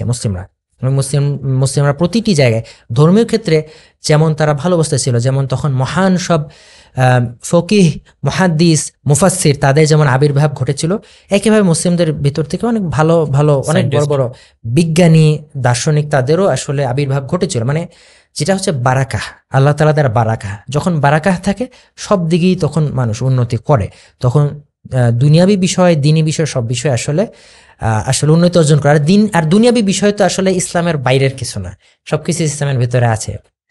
তো যে সময়টা মুসলিমরা আসলে দিনের উপরে ছিল, তখনই তারা সব থেকে ভালো, তারা মানে অগ্রগতি অর্জন করেছিল। আবার ইতিহাসের দিকে যখন আমরা তাকাই, যখন হচ্ছে মুসলিমরা দিন থেকে সব থেকে দূরে, যখন হচ্ছে ইসলামের বিধিবিধানগুলো রাষ্ট্র থেকে যখন সরিয়ে দেওয়া শুরু করলো, যখন হচ্ছে মুসলিমদের ভিতরে শিরক বিদআত বাড়তে লাগলো। যেমন মুসলিমদের বৈধ শাসক ছিল উসমানী সালতানাত, অটোমান এম্পায়ার। তারা যখন ইসলামের উপর কায়েম ছিল, তাদের ভিতরে অনেক নেককার শাসক এসেছে, মোহাম্মদ আল ফাতিহ রাহিমাহুল্লাহ এবং আরো অনেকে। তখন খুবই একটা সমৃদ্ধি ছিল মুসলিম উম্মার ভিতরে। কারণ আস্তে আস্তে দেখা গেল তারা যখন থেকে আস্তে আস্তে ইসলামকে যখন রাষ্ট্র থেকে যারা আস্তে আস্তে সরাতে লাগলো, তখন কিন্তু দেখা গেল যে অবনতিটা হয়েছে। এবং সব দিক থেকে দিনী ক্ষেত্রে যেমন অবনতি হয়েছে, দুনিয়ার ক্ষেত্রেও পিছিয়ে গেছে। এবং ওই সময়টা ইউরোপের রেনেসা এবং আস্তে আস্তে এনলাইটেনমেন্ট পিরিয়ড, ওরা যত তাদের ধর্ম ক্রিশ্চিয়ানিটি থেকে যত তারা দূরে সরে গেছে, তারা আবার অগ্রগতি অর্জন করেছে। কাজেই এই যে বলে না যে যত ধর্ম থেকে সরে যাবে তত উন্নতি অর্জন করবে, এটা কিন্তু পুরোপুরি মিথ্যা না, এটা তাদের জন্য কিন্তু সত্য। তাদের জন্য এটাই হয়েছে, তারা যত তাদের ধর্ম থেকে দূরে সরে গেছে, তারা তত অগ্রগতি অর্জন করেছে। এবং দেখেন, আরেকটা, আমি আপনার প্রশ্ন সরাসরি এটা ছিল না, তারপর আমি একটু বলি যে অনেক সময় মুসলিমদেরকে হীনমন্যতায় ভোগানোর জন্য ওরা বলে যে ইহুদিদের দিকে তাকাও, ইহুদিদের থেকে কত নোবেল পাইছে, তোমাদের মুমিন কয়জন বিজ্ঞানী নোবেল পাইছে, এরকম একটা কিন্তু বলে, নাস্তিকরা এটা বলে। কিন্তু একটা বিষয় খেয়াল করেন, যে সমস্ত ইহুদি বলা হয় যারা নোবেল পেয়েছে বা ভালো যারা বিজ্ঞানী, তারা বেশিরভাগই ইউরোপিয়ান জিউ, অ্যাশকেনাজি জিউ, বেশিরভাগই শ্বেতাঙ্গ ইউরোপিয়ান জিউ, এবং তাদের অনেকেই কিন্তু ধার্মিক ইহুদি না, নাস্তিক, এরকম আছে। তার মানে কি নাস্তিক হলে কি ভালো বিজ্ঞানী? বিষয়টা এরকম না, কিন্তু ইউরোপিয়ান পরিবেশের তারা, এবং তারাই ভালো ভালো বিজ্ঞানী। এবং এবং যারা হচ্ছে মিডল ইস্টে যে সমস্ত ইহুদি ছিল, তাদের ভিতর থেকে কিন্তু বড় বিজ্ঞানী, আধুনিক যুগের কথা আমি বলছি, আসেনি। আবার মধ্যযুগের কথা যদি আমরা ধরি, মধ্যযুগে বর্বরতা, এটা তারা বলে, এটা আসলে ইউরোসেন্ট্রিক চিন্তা। মধ্যযুগে ইউরোপ ছিল অন্ধকারে, কিন্তু তখন প্রাচ্য মানে ইসলামী বিশ্ব সেটা ছিল আলোকিত ছিল। মধ্যযুগের দিকে যদি দেখি, তখন সব থেকে ভালো ভালো বিজ্ঞানী, ধর্মবেত্তা, তারা হচ্ছে মুসলিম বিশ্ব থেকে আসছে। এবং ইহুদিদের ভিতরে যারা সব থেকে শ্রেষ্ঠ ধর্মবেত্তা, যেমন মাইমোনাইডিস, মুসা বিন মাইমুন, তিনি কিন্তু ইসলামিক বিশ্বে বসবাসকারী ছিলেন, তিনি আরবি ভাষায় কথা বলতেন। এবং ইহুদিদের ভিতরে যে ক্লাসিক্যাল পিরিয়ডে সব থেকে বড় বড় যারা ইহুদিদের আলেম ছিল, যারা হচ্ছে দার্শনিক ছিল অথবা বিজ্ঞানী ছিল, তারা কিন্তু ওই মিডল ইস্ট থেকে, মানে ইসলামিক বিশ্বে যারা বাস করত। এটার কারণ কি? ইসলামিক বিশ্বে এমন একটা পরিবেশ ছিল, বারাকাহ ছিল। এবং মুসলিমদের সংস্পর্শে এসে মুসলিমদের থেকে, এবং আপনারা যদি মাইমোনাইডিসের ব্যাপারে স্টাডি করেন দেখবেন যে তিনি ইসলাম থেকে অনেক কিছু সরাসরি নিয়েছেন, মুসলিমদের দ্বারা তিনি প্রভাবিত ছিলেন। ইহুদিদের ভিতরে আকীদা কখনোই গুরুত্বপূর্ণ ছিল না, কিন্তু এই বিষয়টা মাইমোনাইডিস মুসলিমদের থেকে প্রভাবিত হয়ে তিনি ইহুদিদের আকীদার কিতাব লিখেছেন। এবং এখন আপনারা দেখবেন 13 প্রিন্সিপালস অফ ফেইথ, ইহুদিদের 13টা বিশ্বাসের নীতি, আকীদা এই আকীদার চিন্তা কিন্তু মাইমোনাইডিস, মোশে বিন মাইমন, মুসলিমদের থেকে এই বিষয়টা তিনি পেয়েছেন এবং অনেক কিছু ইসলামের দ্বারা তিনি প্রভাবিত হয়েছেন। এই বিষয়গুলো মাইমোনাইডিস এবং অন্যান্য যারা ইহুদিদের ক্লাসিক্যাল যারা স্কলার ছিলেন তারা কিন্তু ইসলাম থেকে তারা প্রভাবিত হয়ে নিয়েছেন। বর্তমানে যেমন ইউরোপীয় চিন্তা দর্শন থেকে ওনারা প্রভাবিত হয়, সেই সময়টায় কিন্তু ইসলাম পুরো পৃথিবীর উপরে এরকম একটা প্রভাব বিস্তার করেছিল যে বিষয়টা দেখা যায়। এবং তখন ইহুদিদেরও যত বড় বড় চিন্তাবিদ যারা ইসলামিক ওয়ার্ল্ডে ছিলেন, ইসলামিক বিশ্বে মানে খিলাফতের অধীনে অথবা বিভিন্ন ইসলামী সালতানাতের অধীনে ছিলেন, যেমন তারাই কিন্তু সব থেকে বেশি তখন শাইন করেছেন। যেমন এই যে মাইমোনাইডিস, তিনি কিন্তু কর্ডোবার অধিবাসী ছিলেন। কর্ডোবা ছিল ইসলামিক স্পেনের একটা শহর, এবং আমরা সবাই ইমাম কুরতুবী রহিমাহুল্লাহর কথা জানি, যিনি ইসলামের একজন অন্যতম মহান একজন মুফাসসিরদের একজন। মাইমোনাইডিস তিনিও এক কর্ডোবার অধিবাসী ছিলেন, এবং আরবিতে তাকেও হচ্ছে মুসা বিন মামুন আল কুরতুবী, মানে কর্ডোবার অধিবাসীদেরকে কুরতুবী বলা হয়, তিনি একজন কুরতুবী, কর্ডোবার অধিবাসী। এবং দেখা গেছে যখন মুসলিমরা যখন শীর্ষে ছিল, মুসলিমদের ভিতরে যখন বারাকা ছিল, মুসলিমদের ভিতরে যখন কল্যাণ ছিল, তখন অন্যরাও মুসলিমদের থেকে এসে জ্ঞান বিজ্ঞান এই বিষয়গুলো তারা নিত এবং শিক্ষা তারা লাভ করত। এবং যখন মুসলিমরা পিছিয়ে গেল তখন দেখা গেল ইউরোপে এই বিষয়টা চলে গেছে, এবং তখন ইহুদিদের ভিতরে যারা ইউরোপে যারা ছিল তারা সব থেকে বেশি তখন শাইন করেছে। তো বিষয়টা আসলে এরকম সরল রেখা টেনে বলে দেওয়া যায় না যে ইসলাম মানলেই উন্নতি করা যায় না, বিষয়টা এরকম না, বিষয়টা মোটে এরকম না। বরং ইসলাম মানলে পরিপূর্ণভাবে মানতে হবে। হ্যাঁ, ইসলাম যদি পরিপূর্ণভাবে মানে তাহলে সেটা পার্থিব উন্নতির কোনো মানে অন্তরায় না। এবং ইসলামের আসলে সব থেকে শ্রেষ্ঠ যুগ তো ছিল রাসূল সাল্লাল্লাহু আলাইহি ওয়াসাল্লাম এবং সাহাবীদের যুগ, সেটাই সব থেকে আসল গোল্ডেন এজ। এবং সে সময় মুসলিমরা পৃথিবীর উপরে প্রাধান্য বিস্তার করেছিল। তখন তারা সব থেকে বেশি তারা ধার্মিক ছিল। এবং এর পরবর্তীকালে যখন স্কলারদের যুগ, ইমামদের যুগ, ক্লাসিক্যাল স্কলারদের যুগ, সে সময় ইসলামের একটা প্রাধান্য ছিল। তখনও ইসলামী ব্যবস্থা, ইসলামিক সিস্টেম রাষ্ট্রগুলোতে কার্যকর ছিল এবং মুসলিমরা এখনকার থেকে অনেক বেশি ধার্মিক ছিল। তখন কিন্তু তাদের পার্থিব অগ্রগতিতে সেটা বাধা লাভ করেনি। এবং অন্যান্য সভ্যতার লোকজন, ইউরোপকেও তখন কিন্তু ইসলামী বিশ্ব তখন আলো দেখিয়েছে। এই ইতিহাসটা আমাদের অনেকের হয়তো জানা নেই, জানা থাকলেও হয়তো সেভাবে জানা নেই। আর এরপরে যখন মুসলিমরা পিছিয়ে গেল, তাদের ভিতর থেকে বারাকা কমে গেল, আর ইউরোপিয়ানদের ভিতরে তখন হচ্ছে দেখা গেল তাদের ভিতরে জাগরণ হয়েছে ধীরে ধীরে, রেনেসাঁ এবং এরপরে এনলাইটেনমেন্ট পিরিয়ড, এরপরে, এবং তারা ওই সময় তাদের ধর্ম থেকে কিন্তু সরে গেছে। আচ্ছা, তাদের ধর্ম থেকে সরে আসার কারণে তারা একটা ডেভেলপ তারা দেখতে পায়, এটা কেন? তাদের কি ধর্ম কি বিকৃতির কারণে এমন কিছু? বাস্তবতা আমরা ইসলামী ভাবে বিষয়টা এভাবেই দেখি যে তারা যখন বাতিল ধর্মে ছিল তারা তখন শাইন করতে পারেনি, বাতিল ধর্ম থেকে সরে গিয়ে তারা যখন চিন্তা বুদ্ধি এগুলোকে যখন তারা প্রাধান্য দিয়েছে তখন তারা উন্নতি অর্জন করেছে। ইসলামিক ভাবে আমরা বিষয়টা এভাবেই দেখি। এবং আরেকটা বিষয়, তারা পুরোপুরি ধর্ম ছেড়েছিল তাও না, তাদের ভিতরে বিভিন্ন রিফরমেশন হয়েছে। যেমন প্রোটেস্ট্যান্ট রিফরমেশনের কথা বলা যায়। ক্যাথলিকরা যেভাবে চার্চ আর স্টেট, রাষ্ট্র এবং গির্জাকে তারা যেভাবে একীভূত করেছিল, সেটার কারণে দেখা গেছে যে আর পারছে না, তারা রাষ্ট্র চালাতে আর পারছে না, তখন তারা চার্চকে রাষ্ট্র থেকে আলাদা করে দিয়েছে। তো প্রোটেস্ট্যান্ট রিফর্মাররা তাদের চিন্তাধারা অন্যরকম, অনেক কিছু তারা রিফর্ম করে ফেলেছে। এবং যখন তারা রিফর্ম করেছে, আবার অনেকে দেখা গেছে ধর্ম সম্পর্কে স্কেপটিক বা সংশয়বাদী হয়ে গেছে, কেউ ডেইস্ট হয়ে গেছে, মানে ইচ্ছা মতো তারা ব্যাখ্যা করেছে ইউরোপে, অথবা ঈশ্বর বা স্রষ্টা তিনি যে কোনো প্রভাব রাখেন সেখান থেকে তারা সেই বিষয়টাকে তারা সরিয়ে দিয়েছে, অনেকে নাস্তিক হয়ে গেছে। এইভাবে তারা যখন চিন্তা বুদ্ধিকে যারা প্রাধান্য দিয়েছে তখন তাদের ধর্ম থেকে সরে গেছে, অগ্রগতি অর্জন করেছে না। আমরা পিছিয়ে গেছি যখন আমরা আমাদের ধর্ম থেকে সরে গেছি। তো বিষয় হচ্ছে ব্যাপারটা উল্টা, ওদের কাছে যেমন হচ্ছে মধ্যযুগ হচ্ছে অন্ধকার, আমাদের কাছে মধ্যযুগ হচ্ছে আলো। এবং এই বিষয়টা ঐতিহাসিকভাবেই সত্য। এবং বিবিসি বা এই ধরনের অনেক মাধ্যম আছে, তাদের ডকুমেন্টারিতেও কিন্তু বিষয়গুলো দেখায়।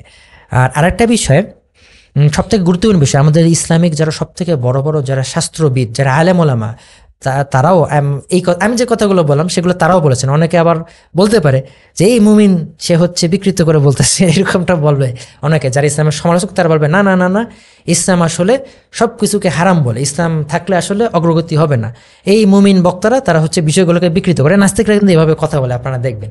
কিন্তু ইসলামের সব থেকে শ্রেষ্ঠ যারা আলেম ওলামা তারাও এই কথাগুলোই বলেছেন। যেমন আমি এখানে উদ্ধৃত করব বর্তমান প্রজন্মের একজন অন্যতম শীর্ষ একজন ইসলামী আলেম শেখ মোহাম্মদ ইবনে সালেহ আল উসাইমিন রহিমাহুল্লাহ, এই বিষয়ে তাকেও প্রশ্ন করা হয়েছিল এবং ফাতোয়া আরকানুল ইসলাম গ্রন্থে এই বিষয়ে একটা প্রশ্নের উত্তরে তিনি একটা উত্তর সেখানে লিপিবদ্ধ করা হয়েছে, যেখানে তিনি উল্লেখ করেছেন যে যে আসলে মুসলিমরা যখন ইসলামের উপরে কায়েম ছিল তখনই কিন্তু তারা সব থেকে অগ্রগতি অর্জন করেছে, যেটা আমি বলেছি।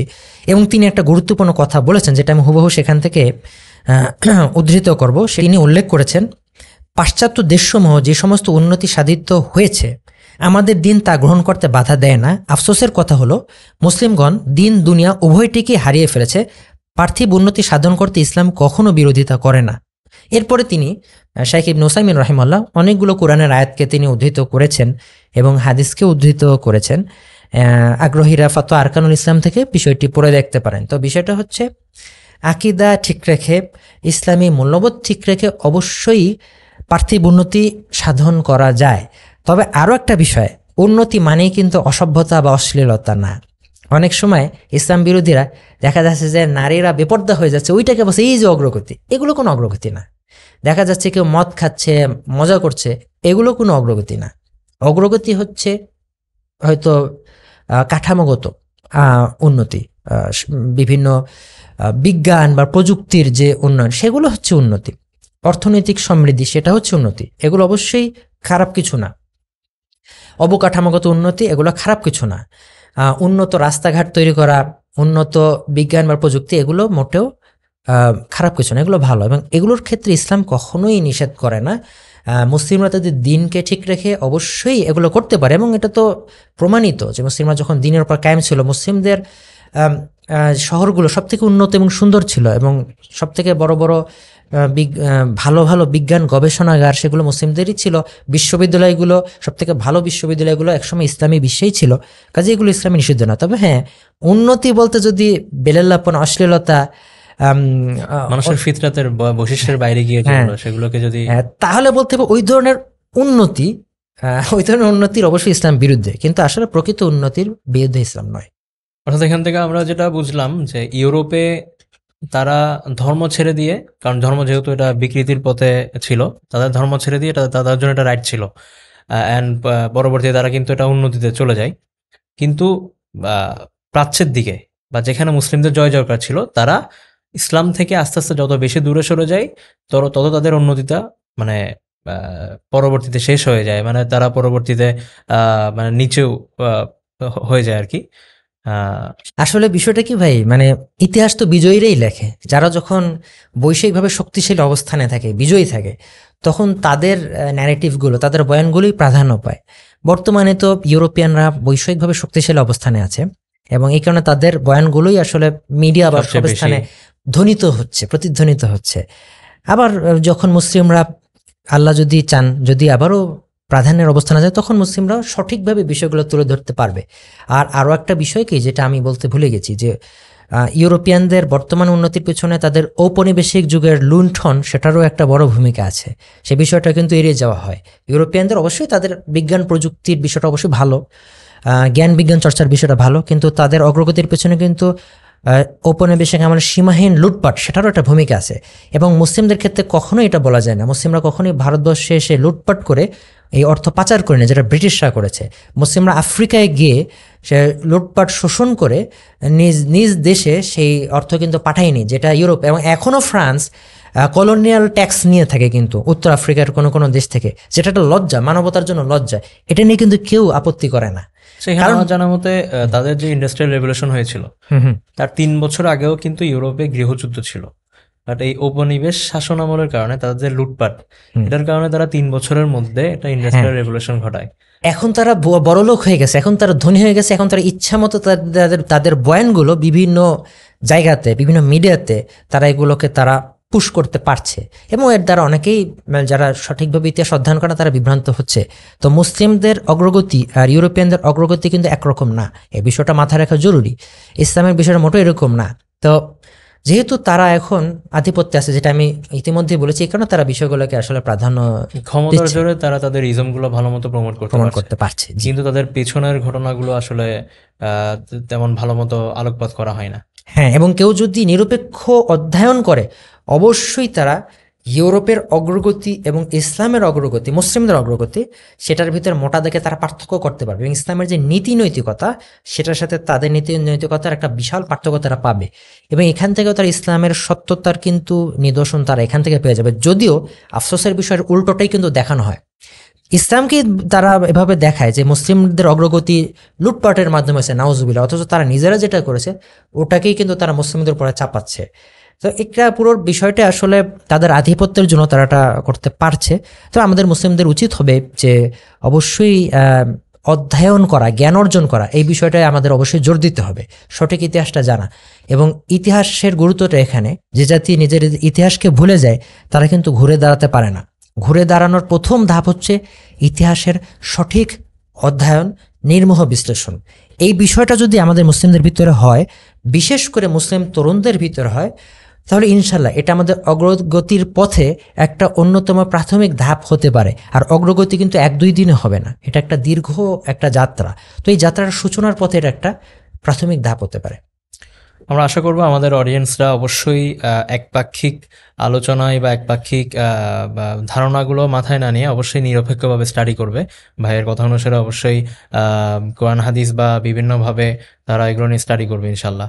ভাই জানতে চাচ্ছিলাম, আসলে আপনি তো একজন জেনারেল ব্যাকগ্রাউন্ডের ছিলেন, সো আপনার এই যে দায়ী হওয়ার বা দাওয়াতের লাইনে আসার এটার পিছনের মূল রিজনটা কি?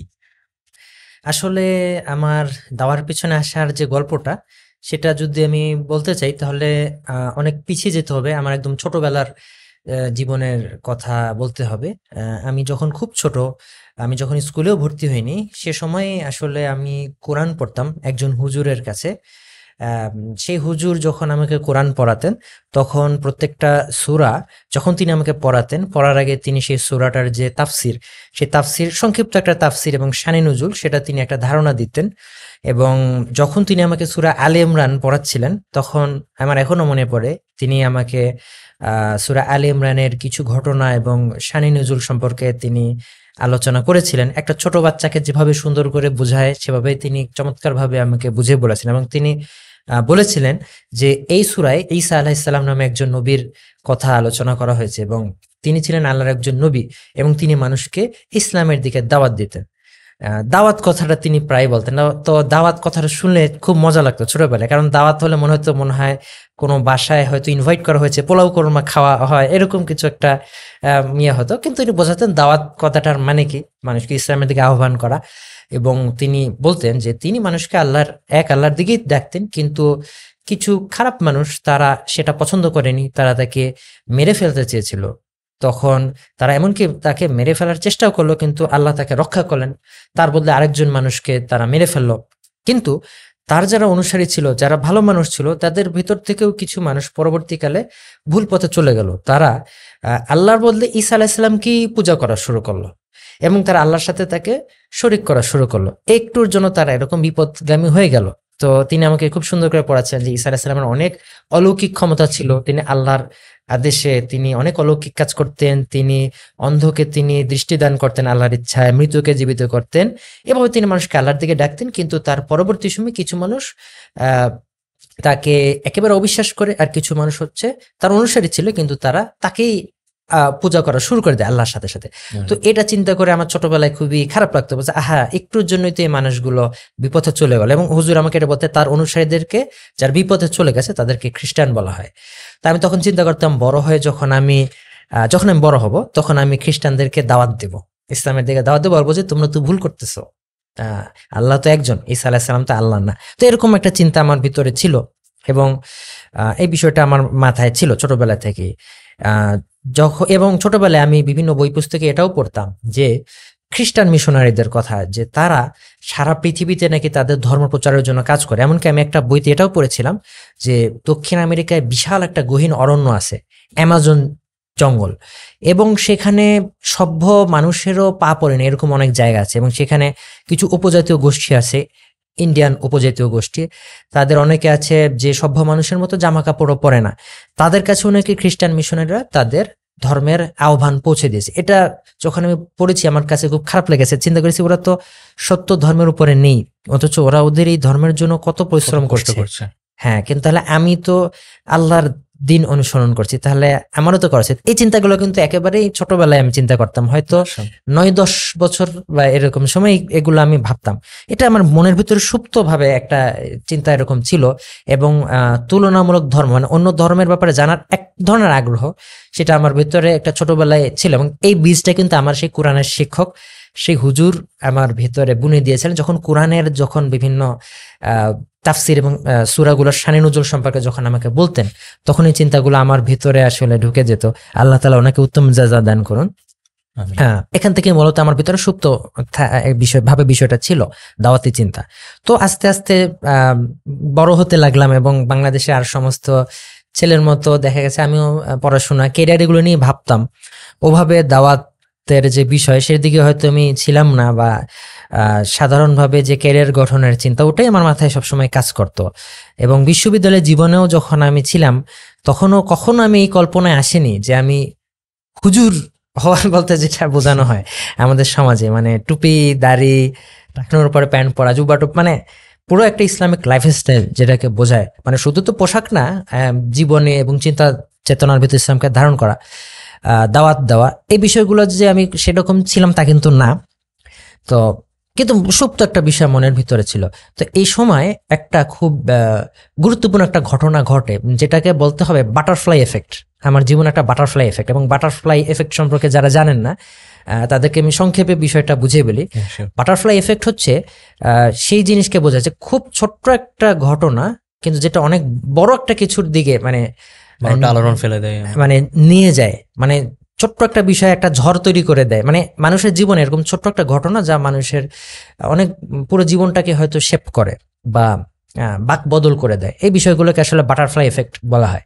তা আমার জীবনে এরকম একটা বাটারফ্লাই এফেক্ট ছিল যে আমার একজন ব্যাচমেট ছিল ইউনিভার্সিটিতে, ইলেকট্রিক্যাল ডিপার্টমেন্টের একজন ব্যাচমেট, সে আমাকে একটা মেসেজ দিয়েছিল, এবং সেই মেসেজে সেই সময়কার একজন খুব জনপ্রিয় একজন নাস্তিক ব্লগার, মানে নাস্তিক মহলে জনপ্রিয় একজন ব্লগার, যে এখনো খুবই অ্যাক্টিভ একজন নাস্তিক অ্যাক্টিভিস্ট, তার একটা ব্লগের একটা আর্টিকেল সে আমাকে মেসেজ করেছিল, এবং সে আমাকে বলেছিল যে আমার বন্ধুরা এই নাস্তিকের ব্লগ পড়ে সবাই নাস্তিক হয়ে যাচ্ছে বা ইসলাম সম্পর্কে সংশয় পড়ছে, যে আমার বিশ্বাস তুমিই পারবা তাকে খণ্ডন করতে এবং এই বিভ্রান্তিগুলো দূর করতে পারবা। সে আমাকে এরকম আশা করে একটা মেসেজ দেয়। তো তার এই আসার কারণটা কি? তা না, এই আশাবাদের কারণটা হচ্ছে যে বিশ্ববিদ্যালয়ের জীবনে যখন যাই, আমি নামাজ আদায় করতাম সবসময় আলহামদুলিল্লাহ, কিন্তু ইসলামিক লাইফস্টাইল বলতে যেটা বোঝায় ইসলামকে আদর্শ হিসেবে ধারণ করা সব জায়গায়, জীবনের সব ক্ষেত্রে, সর্বক্ষেত্রে, এইভাবে কিন্তু বিষয়টা ছিল না।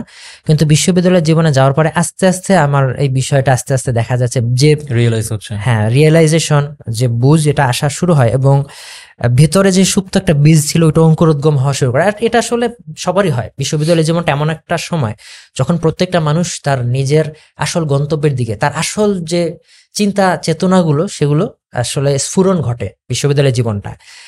তা আমারও হয়েছিল, এবং আমি আস্তে আস্তে এই বিষয়গুলো নিয়ে আগ্রহী হতে লাগলাম। এবং ছোটবেলা থেকে আমি প্রচুর বই পড়ার আমার অভ্যাস ছিল, বিভিন্ন রকমের বই, গল্প উপন্যাস বা অন্য বিভিন্ন ধরনের বই আমি পড়তাম। সে সময় ইসলামিক বইগুলো আমি পড়া শুরু করি, এবং হাদিসের যে বইগুলো এবং কোরআন অর্থসহ পড়া, এই বিষয়টা আসলে বিশ্ববিদ্যালয়ে কোরআন আমি অনেকবারই আল্লাহর রহমতে খতম করেছি ছোটবেলায়, কিন্তু অর্থসহ সম্পূর্ণ পড়া সেটা আমি আমার বিশ্ববিদ্যালয়ের জীবনে আমি একদম প্রথম থেকে শেষ পর্যন্ত কোরআনের অনুবাদটা পড়া, এটা আমি বিশ্ববিদ্যালয়ের জীবনে গিয়ে এটা হয়েছিল। এবং ওই সময়টায় যখন আমার সেই বন্ধু আমাকে মেসেজটা করে, তখন আমি ফেসবুকে কিছু কোরআন হাদিসের উদ্ধৃতি আমি পোস্ট করতাম। তো এইটা দেখে আমার সেই বন্ধু ধারণা করে আমি মনে হয় অনেক ধার্মিক, আমি মনে হয় অনেক জ্ঞানী। আসলে আমি মোটেও জ্ঞানী ছিলাম না, এখন আমি এরকম জ্ঞানী না। তো যাই হোক, সেই বন্ধু আমার সময় খুব ভালো ধারণা করে আমাকে সে ওই নাস্তিকের সেই ব্লগের আর্টিকেলটা আমাকে মেসেজ করে, এবং সেটা দেখে আমি তো রীতিমতো স্তম্ভিত হয়ে যাই, এবং এরকম কিছু আমি কখনো দেখিনি এর আগে। এবং সেখানে এমন কিছু যুক্তি বা আর্গুমেন্ট ইসলামের বিরুদ্ধে সে দিয়েছে যেগুলো আমি আগে কখনো দেখিনি, এবং ইসলামের বিরুদ্ধে এইভাবে আক্রমণ করা হতে পারে বুদ্ধিভিত্তিক ভাবে, এটা আমার কল্পনাতেও ছিল না। তো সেটা দেখে আমি কিছুটা আসলে ধাক্কা খাই। এবং আমার একটা বৈশিষ্ট্য ছিল যে কোনো কিছু দেখলে আমি মাথা গরম করে না না কোনো কিছু না করে আমি ঠান্ডা মাথায় বিষয়টা নিয়ে ভাবা এবং সেটা নিয়ে স্টাডি করার একটা অভ্যাস আমার ছিল ছোটবেলা থেকে। তো আমি চিন্তা করলাম যে একটু ঠান্ডা মাথায় ভেবে দেখি তার যুক্তিগুলো বা রেফারেন্সগুলো, বিষয়গুলো আমাকে স্টাডি করতে হবে, মাথা গরম করা যাবে না, এরকম একটা চিন্তা আমার ভেতরে আসে। এবং তারপর একটা বিষয় কাকতালীয় ব্যাপার, ফেসবুকে একটা সাজেশন আসে আন্তর্জাতিক নাস্তিকদের খুব জনপ্রিয় একটা পেজ, আমি সেটা নাম বলছি না, আমি সেটার বিজ্ঞাপন করতে চাচ্ছি না, সেটা এখনো আছে। এটা কিন্তু 1 দশকেরও বেশি আগের ঘটনা। তো যাই হোক, তো সেটার সাথে আমি পরিচিত হই এবং সেখানে দেখি যে ভয়াবহ অবস্থা।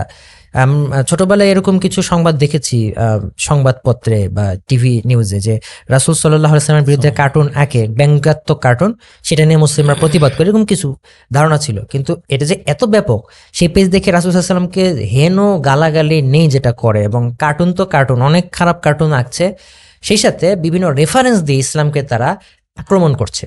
এবং সেখানে আমি দেখেছি যে শুধু নাস্তিক না, খ্রিস্ট ধর্মাবলম্বী, এমনকি উগ্র ধরনের হিন্দু ধর্মাবলম্বী, তারাও দেখে সবাই একসাথে ইসলামকে আক্রমণ করে। মুসলিমরা কোনো কিছু যদি যুক্তি দেয়, তাদেরকে একেবারে একসাথে তারা সবাই আক্রমণ করে কমেন্ট করে। তো এরকম তাদের বিভিন্ন আর্গুমেন্ট, অ্যান্টি ইসলামিক আর্গুমেন্ট, সেগুলোর সাথে আমি এভাবে পরিচিত হই। এবং দেখি যে কোরআনের বিরুদ্ধে অনেক অভিযোগ, যেমন কোরআনের 1000টা কন্ট্রাডিকশন, এরকম একটা ভিডিও দেখলাম যে শেয়ার দিয়েছে। তখন আমি স্টাডি শুরু করি, এবং যেটা বললাম যে কোরআনের 1000টা কন্ট্রাডিকশন, আমি নিজে কোরআন খুলে দেখি যে আসলে ঠিক বলেছে কিনা। তখন দেখলাম আর এটা তো মোটেও কন্ট্রাডিকশন না, এই আয়াতটাতে একটা কনটেক্সটে বলেছে, আর একটা আয়াতে আরেকটা কনটেক্সটে বলেছে, কাজে এটা তো কন্ট্রাডিকশন না। মানে এভাবে নিজে থেকে মূল সোর্সে গিয়ে বিষয়টা যাচাই করে দেখা, এই বিষয়টা তখন আমার সূচনা হয়। এবং এটা করতে গিয়ে আমার ভিতরে ইসলাম নিয়ে স্টাডি করা এবং গভীরভাবে ইসলামকে অনুধাবন করা, যেটা আস্তে আস্তে শুরু হয়েছিল বিশ্ববিদ্যালয় জীবনে। কিন্তু এই যে নাস্তিক এবং ইসলাম বিরোধীদের যে তৎপরতা, এইটা দেখে আমার ভেতর থেকে একটা প্রতিরোধের একটা অ্যালার্ম আমার ভিতরে হয় যে আমার আমার দিন, আমার ধর্ম, আমার মতাদর্শকে এইভাবে আক্রমণ করছে। আমার ভিতর থেকে তখন একটা মানে অ্যালার্ম এবং একটা প্রতিরোধ জেগে ওঠা, সেটা তখন সূচনা হয়। এবং তখন বিষয়টা নিয়ে আমি স্টাডি করতে আরম্ভ করি। এটা কিন্তু 2013 সালের আগের ঘটনা। 2013 সালে কিন্তু আমাদের বাংলাদেশে অনেকেই বিষয়টা জানতে পারে যে নাস্তিক ব্লগাররা এত কিছু করছে, কিন্তু আমি 2013-ও আগে আমি বাংলাদেশে নাস্তিক ব্লগারদের লেখাগুলোর সাথে আমি পরিচিত হই, এবং আমি আমার বন্ধুদের সাথেও বলতাম, কেউ কিন্তু আমার কথা বিশ্বাসই করতে চাইতো না, আর বলতে দূর, এগুলো দেখার কি দরকার, এগুলা কিছু পাগল ছাগল হয়তো এই জিনিসগুলো দেখে, এগুলো কিছু না, এভাবে। পরে যখন 2013 সালে বিষয়টা নিয়ে পুরো একটা বিস্ফোরণের মতো ঘটলো আমাদের দেশে, তখন সবাই আরে মিনার তো এগুলো আগে, এগুলো এইসব পাগলামি নিয়ে ঘাটাঘাটি করতো, মানে মজা করে অনেকে বলছে। তো ব্যাপার হচ্ছে আমি সেই সময় থেকে বিষয়গুলো দেখতাম, এবং দেখতে দেখতে আসলে আমার ভিতরে যে দায়ী সত্তা, সেটার একটা সূচনা। এবং মোটামুটি প্রায় 6 মাসের মতো টানা স্টাডি করার ভিতরে আমার ভিতরে প্রচুর একটা আত্মবিশ্বাস চলে আসে। এবং তখন আস্তে আস্তে আমি ডক্টর জাকির নায়েকের বিভিন্ন ভিডিও লেকচার, বই বা অন্যান্য দায়ীদের বিভিন্ন ভিডিও, বই, এগুলোর সাথে আমি পরিচিত হই। এবং বিশেষ করে বিশ্ববিদ্যালয়ের একজন বড় ভাই ছিলেন, ল্যান হলে যে ল্যান কানেকশন থাকে, সেই ল্যান কানেকশনে ওনার অনেকগুলো আমি মানে ওনার শেয়ার করা ভিডিও দেখি, যেখানে বিদেশি অনেক ভালো ভালো সুদক্ষ দায়ী তাদের ডিবেট, বিতর্ক, তাদের হ্যাঁ কম্পারেটিভ রিলিজিয়ন, ইসলামের সাথে বিভিন্ন দেখা যায়, ইসলামের সাথে সেকুলার লিবারেল থটের ডিবেট, অ্যাথেইস্ট বা নাস্তিকদের ডিবেট, ইসলামের সাথে খ্রিস্টানদের ডিবেট, এরকম বিভিন্ন হিন্দুদের সাথে ডিবেট, বিভিন্ন মতাদর্শ এবং ধর্মের সাথে এগুলো। এবং তখন আমি দিনাতে এগুলো আমি দেখতাম, এবং এগুলো নিয়ে আমি স্টাডি করতাম, একা একা আমি এগুলো নিয়ে স্টাডি করতাম। এভাবে আসলে আমার ভিতরে খুবই একটা আত্মবিশ্বাসের তৈরি হয়। এবং তখন আমি বিশ্ববিদ্যালয়ের আশপাশে বিভিন্ন খ্রিস্টান মিশনারি অর্গানাইজেশনের বিভিন্ন চার্চ ছিল, সেখানে গিয়ে আমি দিনী ভাইদের নিয়ে দাওয়াত দিতে যেতাম। এভাবে বিষয়গুলো আর কি শুরু হয়। আর আমি তখন বিভিন্ন ফেসবুক গ্রুপে এলোমেলো ভাবে দেখা যেত আমি বিতর্ক টাইপের এরকম কমেন্ট করতাম, কিন্তু গুছিয়ে যে লেখালেখি যে বিষয়টা, এটা কিন্তু আমি করতাম না। তো এই বিষয়টা শুরু হয়, এটা আমার বলতেই হবে, না বললে আমার মনে হয় আলোচনাটা অসম্পূর্ণ থাকবে। আমার খুবই শ্রদ্ধা একজন বড় ভাই, শরীফ আবু হায়াত অপু ভাই, অনেকেই হয়তো আপনারা তাকে চেনেন। শরীফ আবু হায়াত জি। তো উনি আসলে একদিন এক সন্ধ্যায় ওনার কিছু নসিহামূলক কথাই আসলে আমাকে লেখালেখির দিকে গুছিয়ে যে লেখালেখির বিষয়টা নিয়ে আসে, এবং উনি আমাকে কিছু কথা বলেছিলেন যেটা আমার এখনো মনে আছে। উনি বলেছেন যে মিনার, বাঙালি কিন্তু অনেক কাজ করে, অনেক কাজ করতে পারে, পরিশ্রম করতে পারে, কিন্তু বাঙালি প্ল্যান করে না, যে কারণে বাঙালি ধরা খায়। প্ল্যান না করলে কিন্তু কোনো বড় কিছু করা যায় না। তুমি যেইটা করবা প্ল্যান করে করবা। তুমি যে ফেসবুকে এরকম আহ, নাস্তিকদের সাথে কমেন্টে তুমি যুদ্ধ করো, কমেন্টে ডিবেট করো, তুমি কি গুছায় কখনো তাদের আর্গুমেন্টের জবাব দিয়ে কাউন্টার করে তুমি কোনো ফেসবুক নোট লিখছো? মানে তখন কিন্তু ফেসবুকে নোট লেখা যেত, বড় বড় প্রবন্ধ নোট আকারে লেখা যেত। আমি বলছি, না ভাই, এরকম তো আমি গুছায় কিছু লিখিনি। তুমি কি ফেসবুকে গুছায় কোনো পোস্ট দিছো? আমি বলি, না, এরকম তো কিছু করিনি। বলছে, তাহলে উম্মাদ তোমার কাজের দ্বারা উপকৃত হবে কেমনে? মানে আমি তখন যেটা করতাম, বিভিন্ন আর্গুমেন্ট আমি কাউন্টার করে আমার কম্পিউটারে আমি হয়তো সেগুলো সেভ করে রাখতাম, কিন্তু সেগুলো এমন, সেগুলো খসড়া, যেগুলো আমি ছাড়া আর কেউ বুঝবে না, সেভাবে করে রাখতাম। তো বলছে, তুমি যদি এভাবে কম্পিউটারে রেখে দাও তাহলে তো উম্মতের দিয়ে উপকৃত হবে না। তুমি গুছাই লেখো, কিছু নোট লেখো বা পোস্ট লেখো, আর যদি এরকম অনেকগুলো হয় আমি তোমাকে বই বের করার কাজে হেল্প করবো, তো আমি তোমার সাথে দায়ীদের পরিচয় করে দিব। তুমি গুছাই করো যাতে উম্মত উপকৃত হয়। তো ওনার সেই কথাগুলো আসলে আমি খুবই ভাবলাম যে ভাই তো সঠিক কথাই বলেছেন। তখন থেকে বলা যায় এক মাগরিবের সালাতের পরে ভাইয়ের কিছু নসিহা, সেটাই আমাকে আসলে উদ্বুদ্ধ করে, এবং আমি তখন থেকে গুছিয়ে লেখালেখি করা, সেটা হচ্ছে 2015 সালের শেষ দিক থেকে আমি তখন গুছিয়ে লেখা শুরু করি। এবং তখন চিন্তা করি যে আসলে নাস্তিকদের বিভিন্ন ব্লগ আছে, তাদের ওয়েবসাইট আছে, আমি কোন ওয়েবসাইটের নাম বলছি না, আমি সেগুলো বিজ্ঞাপন করতে চাই না। এরকম তাদের অনেক ওয়েবসাইট আছে যেখানে ইসলামের বিরুদ্ধে অত্যন্ত গুছিয়ে বিভিন্ন ক্যাটাগরিতে ভাগ করে বিভিন্ন অভিযোগ করা, ইসলামকে তারা ভুল প্রমাণ করার চেষ্টা করে, এরকম ওয়েবসাইট আছে। বাঙালি নাস্তিকদের এরকম ওয়েবসাইট ছিল তখনও। আমি চিন্তা করি আমাদের গুছিয়ে এমন একটা ওয়েবসাইট করতে হবে, যে ওয়েবসাইট আসলে ক্যাটাগরি ওয়াইজ সমস্ত ইসলাম বিরোধী যে আর্গুমেন্ট, যুক্তি, রেফারেন্স, সেগুলোর আসলে জবাব দেওয়া থাকবে, সঠিক রেফারেন্স সহকারে জবাব দেওয়া থাকবে, যুক্তি সহকারে জবাব দেওয়া থাকবে। এখান থেকে আসলে চিন্তাধারা শুরু হয় এবং আমি লেখালেখি করা শুরু করি। এবং আমার একটা উদ্দেশ্য ছিল যে আমাদের ব্লগ থাকবে, ওয়েবসাইট থাকবে, সেখানে সেই লেখাগুলো থাকবে। তো এইভাবেই আসলে আমাদের ওয়েবসাইট www.response2antiislam.com এটার সূচনা হয়, যেটা হয়তো আপনারা হয়তো অনেকে চিনে থাকবেন, response2antiislam.com। এবং এটার জন্য আমি আসলে লেখালেখি শুরু করি। এবং আমাদের ওয়েবসাইটটার চালুর ব্যাপারে আমরা বাংলাদেশের প্রয়াত আলেম খন্দকার আব্দুল্লাহ জাহাঙ্গীর রহিমাউল্লাহ, তার সাথেও আমাদের কিছু দিনী ভাই এই বিষয়টা নিয়ে আলাপ করেছিলেন, এবং কথা ছিল যে উনি আমাদেরকে ওয়েবসাইটের ব্যাপারে দিক নির্দেশনা দিবেন। কিন্তু ওনার সাথে দেখা করতে যাব আমি, তার 2 দিন আগে তিনি সড়ক দুর্ঘটনায় মারা যান। আল্লাহ তাকে জান্নাতবাসী করুন। তো যাই হোক, তো সেই ওয়েবসাইটটা 2018 সাল থেকে শেষ পর্যন্ত যাত্রা শুরু করে।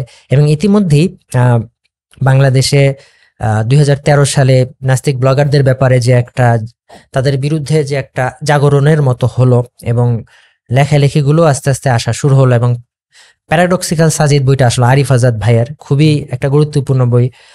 সেই বইটা আসার পর থেকে প্রকাশকরা মোটামুটি এই বিষয়ে বই বের করতেও আগ্রহী হলেন, এবং আমরা যারা অনলাইনে লেখালেখি করতাম তখন আমাদের বইগুলো তারা পাবলিশ করতে আগ্রহী হলেন। তো আসলে এইভাবে আমার লেখালেখির যে যাত্রা এবং দাওয়াতি যে কাজ, সেগুলো মূলত এইভাবেই আজকের পর্যায়ে আসে। যদিও খুব যে পরিকল্পনা করে হয়েছে তা নয়, কিন্তু ধাপে ধাপে আসলে বিষয়গুলো হয়েছে।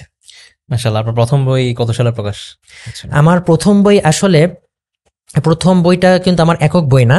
প্রথম বইটা ছিল একটা সংকলন বই, সেটা হচ্ছে সত্যকথন, যেটা 2017 সালে প্রকাশিত হয়। এবং যে সেটা হচ্ছে সত্যকথন পেজ, যে পেজ, সেই পেজে হচ্ছে যারা বাংলাদেশে নাস্তিকদের বা ইসলাম বিরোধীদের বা সেকুলার লিবারেলদের জবাব দিয়ে যারা লেখালেখি করতেন, তাদের লেখাগুলো সত্যকথন পেজে পোস্ট করা হতো। আমার লেখাও পোস্ট করা হয়েছে, বেশ কিছু লেখা সেখানে ছিল।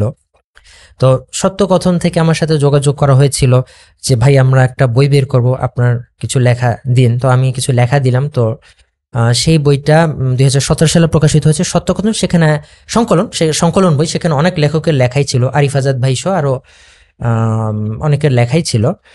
সত্যকথন বইটাতে আমার 2টা প্রবন্ধ ছিল। সেই সংকলন বইটা হচ্ছে আমার প্রথম বই যেখানে আমার লেখা ছিল। আর আমার প্রথম একক বই হচ্ছে অন্ধকার থেকে আলোতে। সেই বইটা 2018 সালের বইমেলায় প্রকাশিত হয়, সেটা আমার প্রথম একক বই। মাশাআল্লাহ। তো ভাই, আপনার কথার মধ্যে যেটা মাঝখানে আসলো সেটা হচ্ছে ভাই আপনার প্রিয় সাহাবীকে বা এবং কেন তা নিয়ে জানতে চাচ্ছিলাম। আচ্ছা, আসলে সাহাবী রাদিয়াল্লাহু আনহুম আজমাইন সবাই তো আমার প্রিয় বা আমাদের সবার প্রিয়।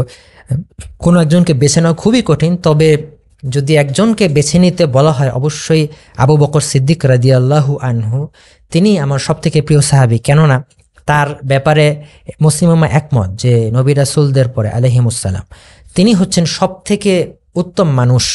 তিনি রাসূল সাল্লাল্লাহু আলাইহি সাল্লামের একদম তরুণ বয়স থেকেই তার সহচর ছিলেন। নবুয়ত লাভের পরেও তিনি তার সবথেকে প্রধান সহচর, সবথেকে প্রধান বন্ধু এবং সাহাবী ছিলেন। এবং তিনি হিজরতের সময় গুহায় তিনি দ্বিতীয় ব্যক্তি ছিলেন রাসূল সাল্লাল্লাহু আলাইহি সাল্লাম, এবং রাসূল সাল্লাল্লাহু আলাইহি সাল্লামের ওফাতের পরে তিনি তার খলিফা হন।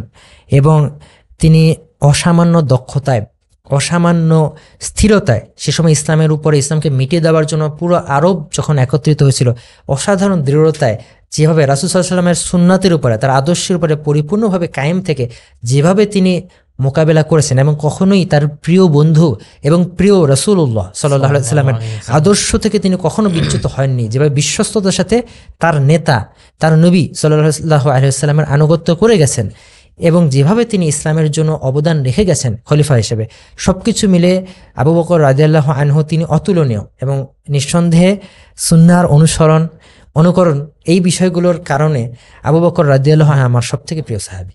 মাশাআল্লাহ। আবু বকর রাদিয়াল্লাহু আনহুর এই যে গুণ, যে রাসূল সাল্লাল্লাহু আলাইহি ওয়াসাল্লামকে একেবারে মানে যে কোনো ব্যাপারে বিশ্বাস করা, তো এর থেকে একটা কোশ্চেন চলে আসে, সেটা হচ্ছে যে নাস্তিকরা অনেকে আছে, আমরা সংশয় নিরসনে বিভিন্ন বই পুস্তক পড়ি নাস্তিকবাদের বিরুদ্ধে, কিন্তু দেখা যায় এসব প্রশ্ন দেখে বা ভালো লজিক দেখে আমরা মাঝে মধ্যে সংশয় কিন্তু নিরসন হয় না, আমাদের মধ্যে আরো কিছু প্রশ্ন চলে আসে, বা আমাদের মধ্যে আরো সংশয় চলে আসে। তো সবার কি আসলে এই বইগুলো পড়া উচিত, বা আসলে কোন টাইপের বই বা কোনো ওয়েবসাইট আসলে পড়া উচিত সবার, এটা নিয়ে একটু সাজেস্ট করুন। জি, আসলে ব্যাপারটা হচ্ছে নাস্তিকতা নিয়ে তো বর্তমানে অনেকেই বই পুস্তক লিখছেন, বই পুস্তক লেখা হচ্ছে, ওয়েবসাইটও আছে। তো এই বিষয়গুলো মূলত তাদের জন্য যারা হচ্ছে এই ফিতনায় যারা পড়েছেন, নাস্তিকতার ফিতনায় যারা পড়েছেন, অথবা যারা এই বিষয়ে দাওয়াতি কাজ করতে চান, মূলত এই বইগুলো বা এই ওয়েবসাইটগুলো তাদের জন্য। তো যদি কেউ মনে করেন যে তিনি এই ফিতনার ভিতরে নেই, বা তিনি এই বিষয়গুলো নিয়ে কাজ করতে চান না, তাহলে তার এগুলো না পড়লেও চলবে। জরুরি হচ্ছে কোরআন পড়া, জরুরি হচ্ছে সুন্নাহ সম্পর্কে জানা, সুন্নাহ অধ্যয়ন করা। জরুরি হচ্ছে নবী করিম সাল্লাল্লাহু আলাইহি সাল্লামের সিরাত অধ্যয়ন করা। জরুরি হচ্ছে প্রয়োজনীয় যে ফিকহি জ্ঞান, দিন পালনের জন্য যেগুলো না জানলেই নয়, সেগুলো সম্পর্কে জানা। এগুলো হচ্ছে সবথেকে জরুরি বিষয়। কেউ যদি এগুলো অধ্যয়ন করে সেটাই তো আলহামদুলিল্লাহ যথেষ্ট হবে। যদি কেউ সেভাবে না দেখেন বিষয়টা, যে তিনি এই বিষয়ে ফিতনা নেই বা তিনি দাওয়াতি কাজ করতে আগ্রহী না, তাহলে তার এগুলো না পড়লেও চলবে। সবাইকে শতকরা 100 জনকে যেগুলো পড়তে হবে বিষয়টা এরকম না। আবার অনেকে দাবি করেন যে এগুলো পড়লে নতুন করে কেউ এই সংশয়মূলক প্রশ্নগুলোর তিনি এ ব্যাপারে আগে জানতেন না, কিন্তু এই বইয়ের পড়ার দ্বারা তিনি নতুন করে এই আর্গুমেন্টগুলোর, অ্যান্টি ইসলামিক, ইসলাম বিরোধী যুক্তিগুলো বা অভিযোগগুলোর ব্যাপারে তিনি জানতে পারছেন। তাহলে এটা করে নতুন করে তিনি সংশয় পড়তে পারেন কিনা? উত্তর হচ্ছে হ্যাঁ, এরকম সম্ভাবনা তো উড়িয়ে দেওয়া যায় না, অবশ্যই উড়িয়ে দেওয়া যায় না, অবশ্যই এটা হতে পারে। তো এক্ষেত্রে এটা আমরা একবারে উড়িয়ে দিব না। তবে আমি মনে করি যে এমনটা যদি হয়ও সেটা হবে খুব রেয়ার কেস। কেন রেয়ার কেস? কারণ হচ্ছে এই বইগুলোতে কিন্তু শুধু অভিযোগগুলোই দেওয়া থাকে তা না, বরং এই অভিযোগগুলোর অসারতাও কিন্তু প্রমাণ করা হয়। এগুলো যে অসার অভিযোগ সেটা কিন্তু রেফারেন্স সহকারে, দলিল সহকারে, যুক্তি সহকারে বিষয়গুলো দেখানো হয়। কাজে আমার মনে হয় বেশিরভাগের ক্ষেত্রে এমনটা হওয়ার কথা না, কিন্তু ব্যতিক্রম তো থাকতেই পারে, আমরা উড়িয়ে দিতে পারি না বিষয়টা। এই বইগুলো মূলত তাদের জন্যই যারা দাওয়াতি কাজ করতে চান বা এই ফিতনায় পড়েছেন। কাজে আমরা ঢালাওভাবে সবাইকে বলবো না যে পড়া দরকার। যারা দরকার মনে করবেন পড়বেন, আর যারা দরকার মনে করবেন না তারা পড়বেন না। আর এই বিষয়ক ওয়েবসাইটগুলোর ভিতরে আমার একটা ওয়েবসাইট আছে www.response2antiislam.com। যারা এই বিষয়ক ফিতনায় আছেন বা দাওয়াতি কাজ করতে চান তারা এই ওয়েবসাইটটা ভিজিট করতে পারেন। এছাড়া এই সংক্রান্ত বেশ কিছু বই পুস্তক আছে। আরিফ আজাদ ভাইয়ের বই আছে, ডাক্তার শামসুল আরিফিন ভাইয়ের বই আছে, ডাক্তার রাফান আহমেদ ভাইয়ের বই আছে, আমি আমারও অল্প কিছু বই পুস্তক আছে। যারা এই বিষয়গুলো দরকার মনে করেন তারা এই বইগুলো পড়তে পারেন। আর প্রত্যেককে পড়তে হবে এরকম কথা নাই, এটা আমরা বলি না যে একেবারে সবাইকে পড়তে হবে। মাশাআল্লাহ, বর্তমানে নাস্তিক্যবাদের এই বিষ বাষ্প থেকে মুসলিমদেরকে রক্ষা করার জন্য আপনি হার্ডওয়ার্ক করে যাচ্ছেন। আল্লাহ আপনার কাজে আরো বারাকা দান করুন। যদি আপনি সময় পেতেন এর বাইরে দিনের আর অন্য কোনো অ্যাক্টিভিজম করতেন কিনা, বা সময়ের অভাবে করতে পারছেন না এমন কিছু? আচ্ছা, হ্যাঁ, এরকম তো অনেক কিছু আছে যেগুলো আসলে স্বপ্ন আছে কিন্তু বাস্তবায়ন করা হয়নি। আমি বর্তমানে যেটা করছি সেটা হলো ওয়েবসাইট, আমার ওয়েবসাইট যেটা আমি বললাম response2antiislam.com, সেখানে আমি চেষ্টা করি বাংলা ভাষাভাষীদের জন্য বাংলা ভাষায় যে সমস্ত ইসলাম বিরোধী আর্গুমেন্ট দেওয়া হয় সেগুলোর প্রতি উত্তর দিয়ে রেফারেন্স সহকারে লেখা দেওয়ার। আমি ছাড়াও এখানে প্রায় 40 জনের মতো লেখকের লেখা আছে, এখানে অনেক লেখকের লেখা আছে, সেগুলো আমি লেখাগুলো যেমন সংগ্রহ করি, প্লাস আমি নিজেও লেখালেখি করি, আমি বই লিখছি, আমি নিয়মিত লাইভ স্ট্রিম করছি, সেখানে আমি পাবলিক প্রশ্নোত্তর দিই। এ সম্পর্কে যে প্রশ্নোত্তর, নাস্তিকদের সাথে অনেক সময় আমি বিতর্ক আলোচনা এগুলো করে থাকি, ইনবক্সে আমি মানুষের উত্তর দিয়ে থাকি মেসেজে। এটার বাইরে আরও কিছু স্বপ্ন আছে, সেটা হচ্ছে অফলাইনে দেওয়া অ্যাক্টিভিটিস, সেটা আমি মনে করি আমার দ্বারা কম হয়। অফলাইনে অনেক দেওয়ার প্রোগ্রামের আমার আসলে স্বপ্ন আছে। যেমন আমি অনেক সময় দেখি আইরা বা এরকম বিভিন্ন সংগঠন আছে ব্রিটিশ দায়ীদের, তারা দেখে অনেক সময় দূর দূরান্তে, দেখা যায় পৃথিবীর অনেক দুর্গম প্রান্তেও তারা চলে যান দাওয়াতি কাজে। এমন অনেক মানব গোষ্ঠীর কাছে তারা যান, বিভিন্ন উপজাতীয় গোষ্ঠী, যেমন পাপুয়া নিউগিনি বা আফ্রিকার বিভিন্ন দুর্গম অঞ্চল, যেখানে হয়তো সভ্যতার আলোই হয়তো সেভাবে পৌঁছেনি। সেখানে অনেক মানুষ আছে যারা ইসলামের নামও শুনেনি। তা আমার আসলে একটা স্বপ্ন, আমার খুব ইচ্ছা এরকম জায়গাতে আমি দাওয়াতি কাজে যাব, মানুষকে ইসলামের দাওয়াত পৌঁছে দেব। আমার আরও ইচ্ছা আছে পৃথিবীর আরও অনেক অঞ্চলে আমি বাস্তব জীবনেই, মানে বাস্তবিকই আমি দাওয়াতি কাজ করব। যেভাবে রাসূল সাল্লাল্লাহু আলাইহি সাল্লাম যেভাবে দাওয়াত দিতেন, তিনি তো তার সময় তো ইন্টারনেট ছিল না, তিনি তো সরাসরি মানুষের সাথে কথা বলে তিনি দাওয়াত দিতেন। আমারও ইচ্ছা করে, আমার স্বপ্ন আছে অফলাইনে দাওয়া অ্যাক্টিভিটিসটা বাড়ানো। আমার ইচ্ছা আছে একদম সাংগঠনিক পর্যায়ে ইসলামী দাওয়াত নিয়ে কাজ করা। যেমন বড় বড় সংগঠনগুলো আছে, দাওয়াতি সংগঠন, তারা যেমন দায়ীদেরকে একত্রিত করে, তারা হচ্ছে মুসলিমদের জন্য সংশয় নিরসনের জন্য অর্গানাইজডভাবে বিভিন্ন তারা কার্যক্রম হাতে নিয়ে থাকে। ইসলামিক সেন্টার থাকে, যেখানে হচ্ছে মুসলিমদেরকে দিক নির্দেশনা দেওয়া হয়, সংশয়ের নিরসন করা হয়, ইসলামী ব্যাপারগুলোতে ইসলামের যে সত্যতা সেই বিষয়গুলো মানুষের সামনে তুলে ধরা হয়। আমার আসলে ইচ্ছা আছে এরকম আরো বৃহত্তর পরিসরে কাজ করা। আমার ইচ্ছা আছে আমার যে ওয়েবসাইটটা শুধু বাংলা ভাষায় আর্টিকেল আছে, এটাকে বৈশ্বিক পর্যায়ে নিয়ে যাওয়া, এটা অনেকগুলো ভাষায় লেখাগুলোকে অনুবাদ করে, যেমন islamcare.info, সেটা যেমন অনেক ভাষায় আর্টিকেল আছে, সেরকম করা। বিভিন্ন ভাষায় আর্টিকেল থাকবে এবং বিভিন্ন ভাষায় ভিডিও কন্টেন্ট বানানো, বাংলা সহ বিভিন্ন ভাষায়। এরকম আসলে আমার ভিতরে স্বপ্ন কাজ করে, ইচ্ছা কাজ করে। আল্লাহ যদি তৌফিক দেন, আমি হয়তো ভবিষ্যতে চেষ্টা করব এই স্বপ্নগুলো পূরণের জন্য। মাশাআল্লাহ, আল্লাহ আপনার নেক মাকসাদকে পূরণ করুন, আপনার আমিন। ইলম হায়াতে বারাকা দান করুন। আমিন। এবং আমরা চেষ্টা করব অবশ্যই ভাইয়া সাজেস্টকৃত বইগুলো পড়ার এবং এগুলো নিয়ে স্টাডি করার। যেহেতু এই পডকাস্টে আসলে নাস্তিকবাদ নিয়ে সংশয় নিরসনে হয়তো পুরোপুরি আলোচনাটা উঠে আসেনি, তবে আপনাদের বিস্তারিত জানতে বইগুলো অবশ্যই সহায়ক হিসেবে কাজ করবে। জাযাকাল্লাহু খাইরান ভাই। আসসালামু আলাইকুম ওয়া রাহমাতুল্লাহ। ওয়ালাইকুম আসসালাম ওয়া রাহমাতুল্লাহ।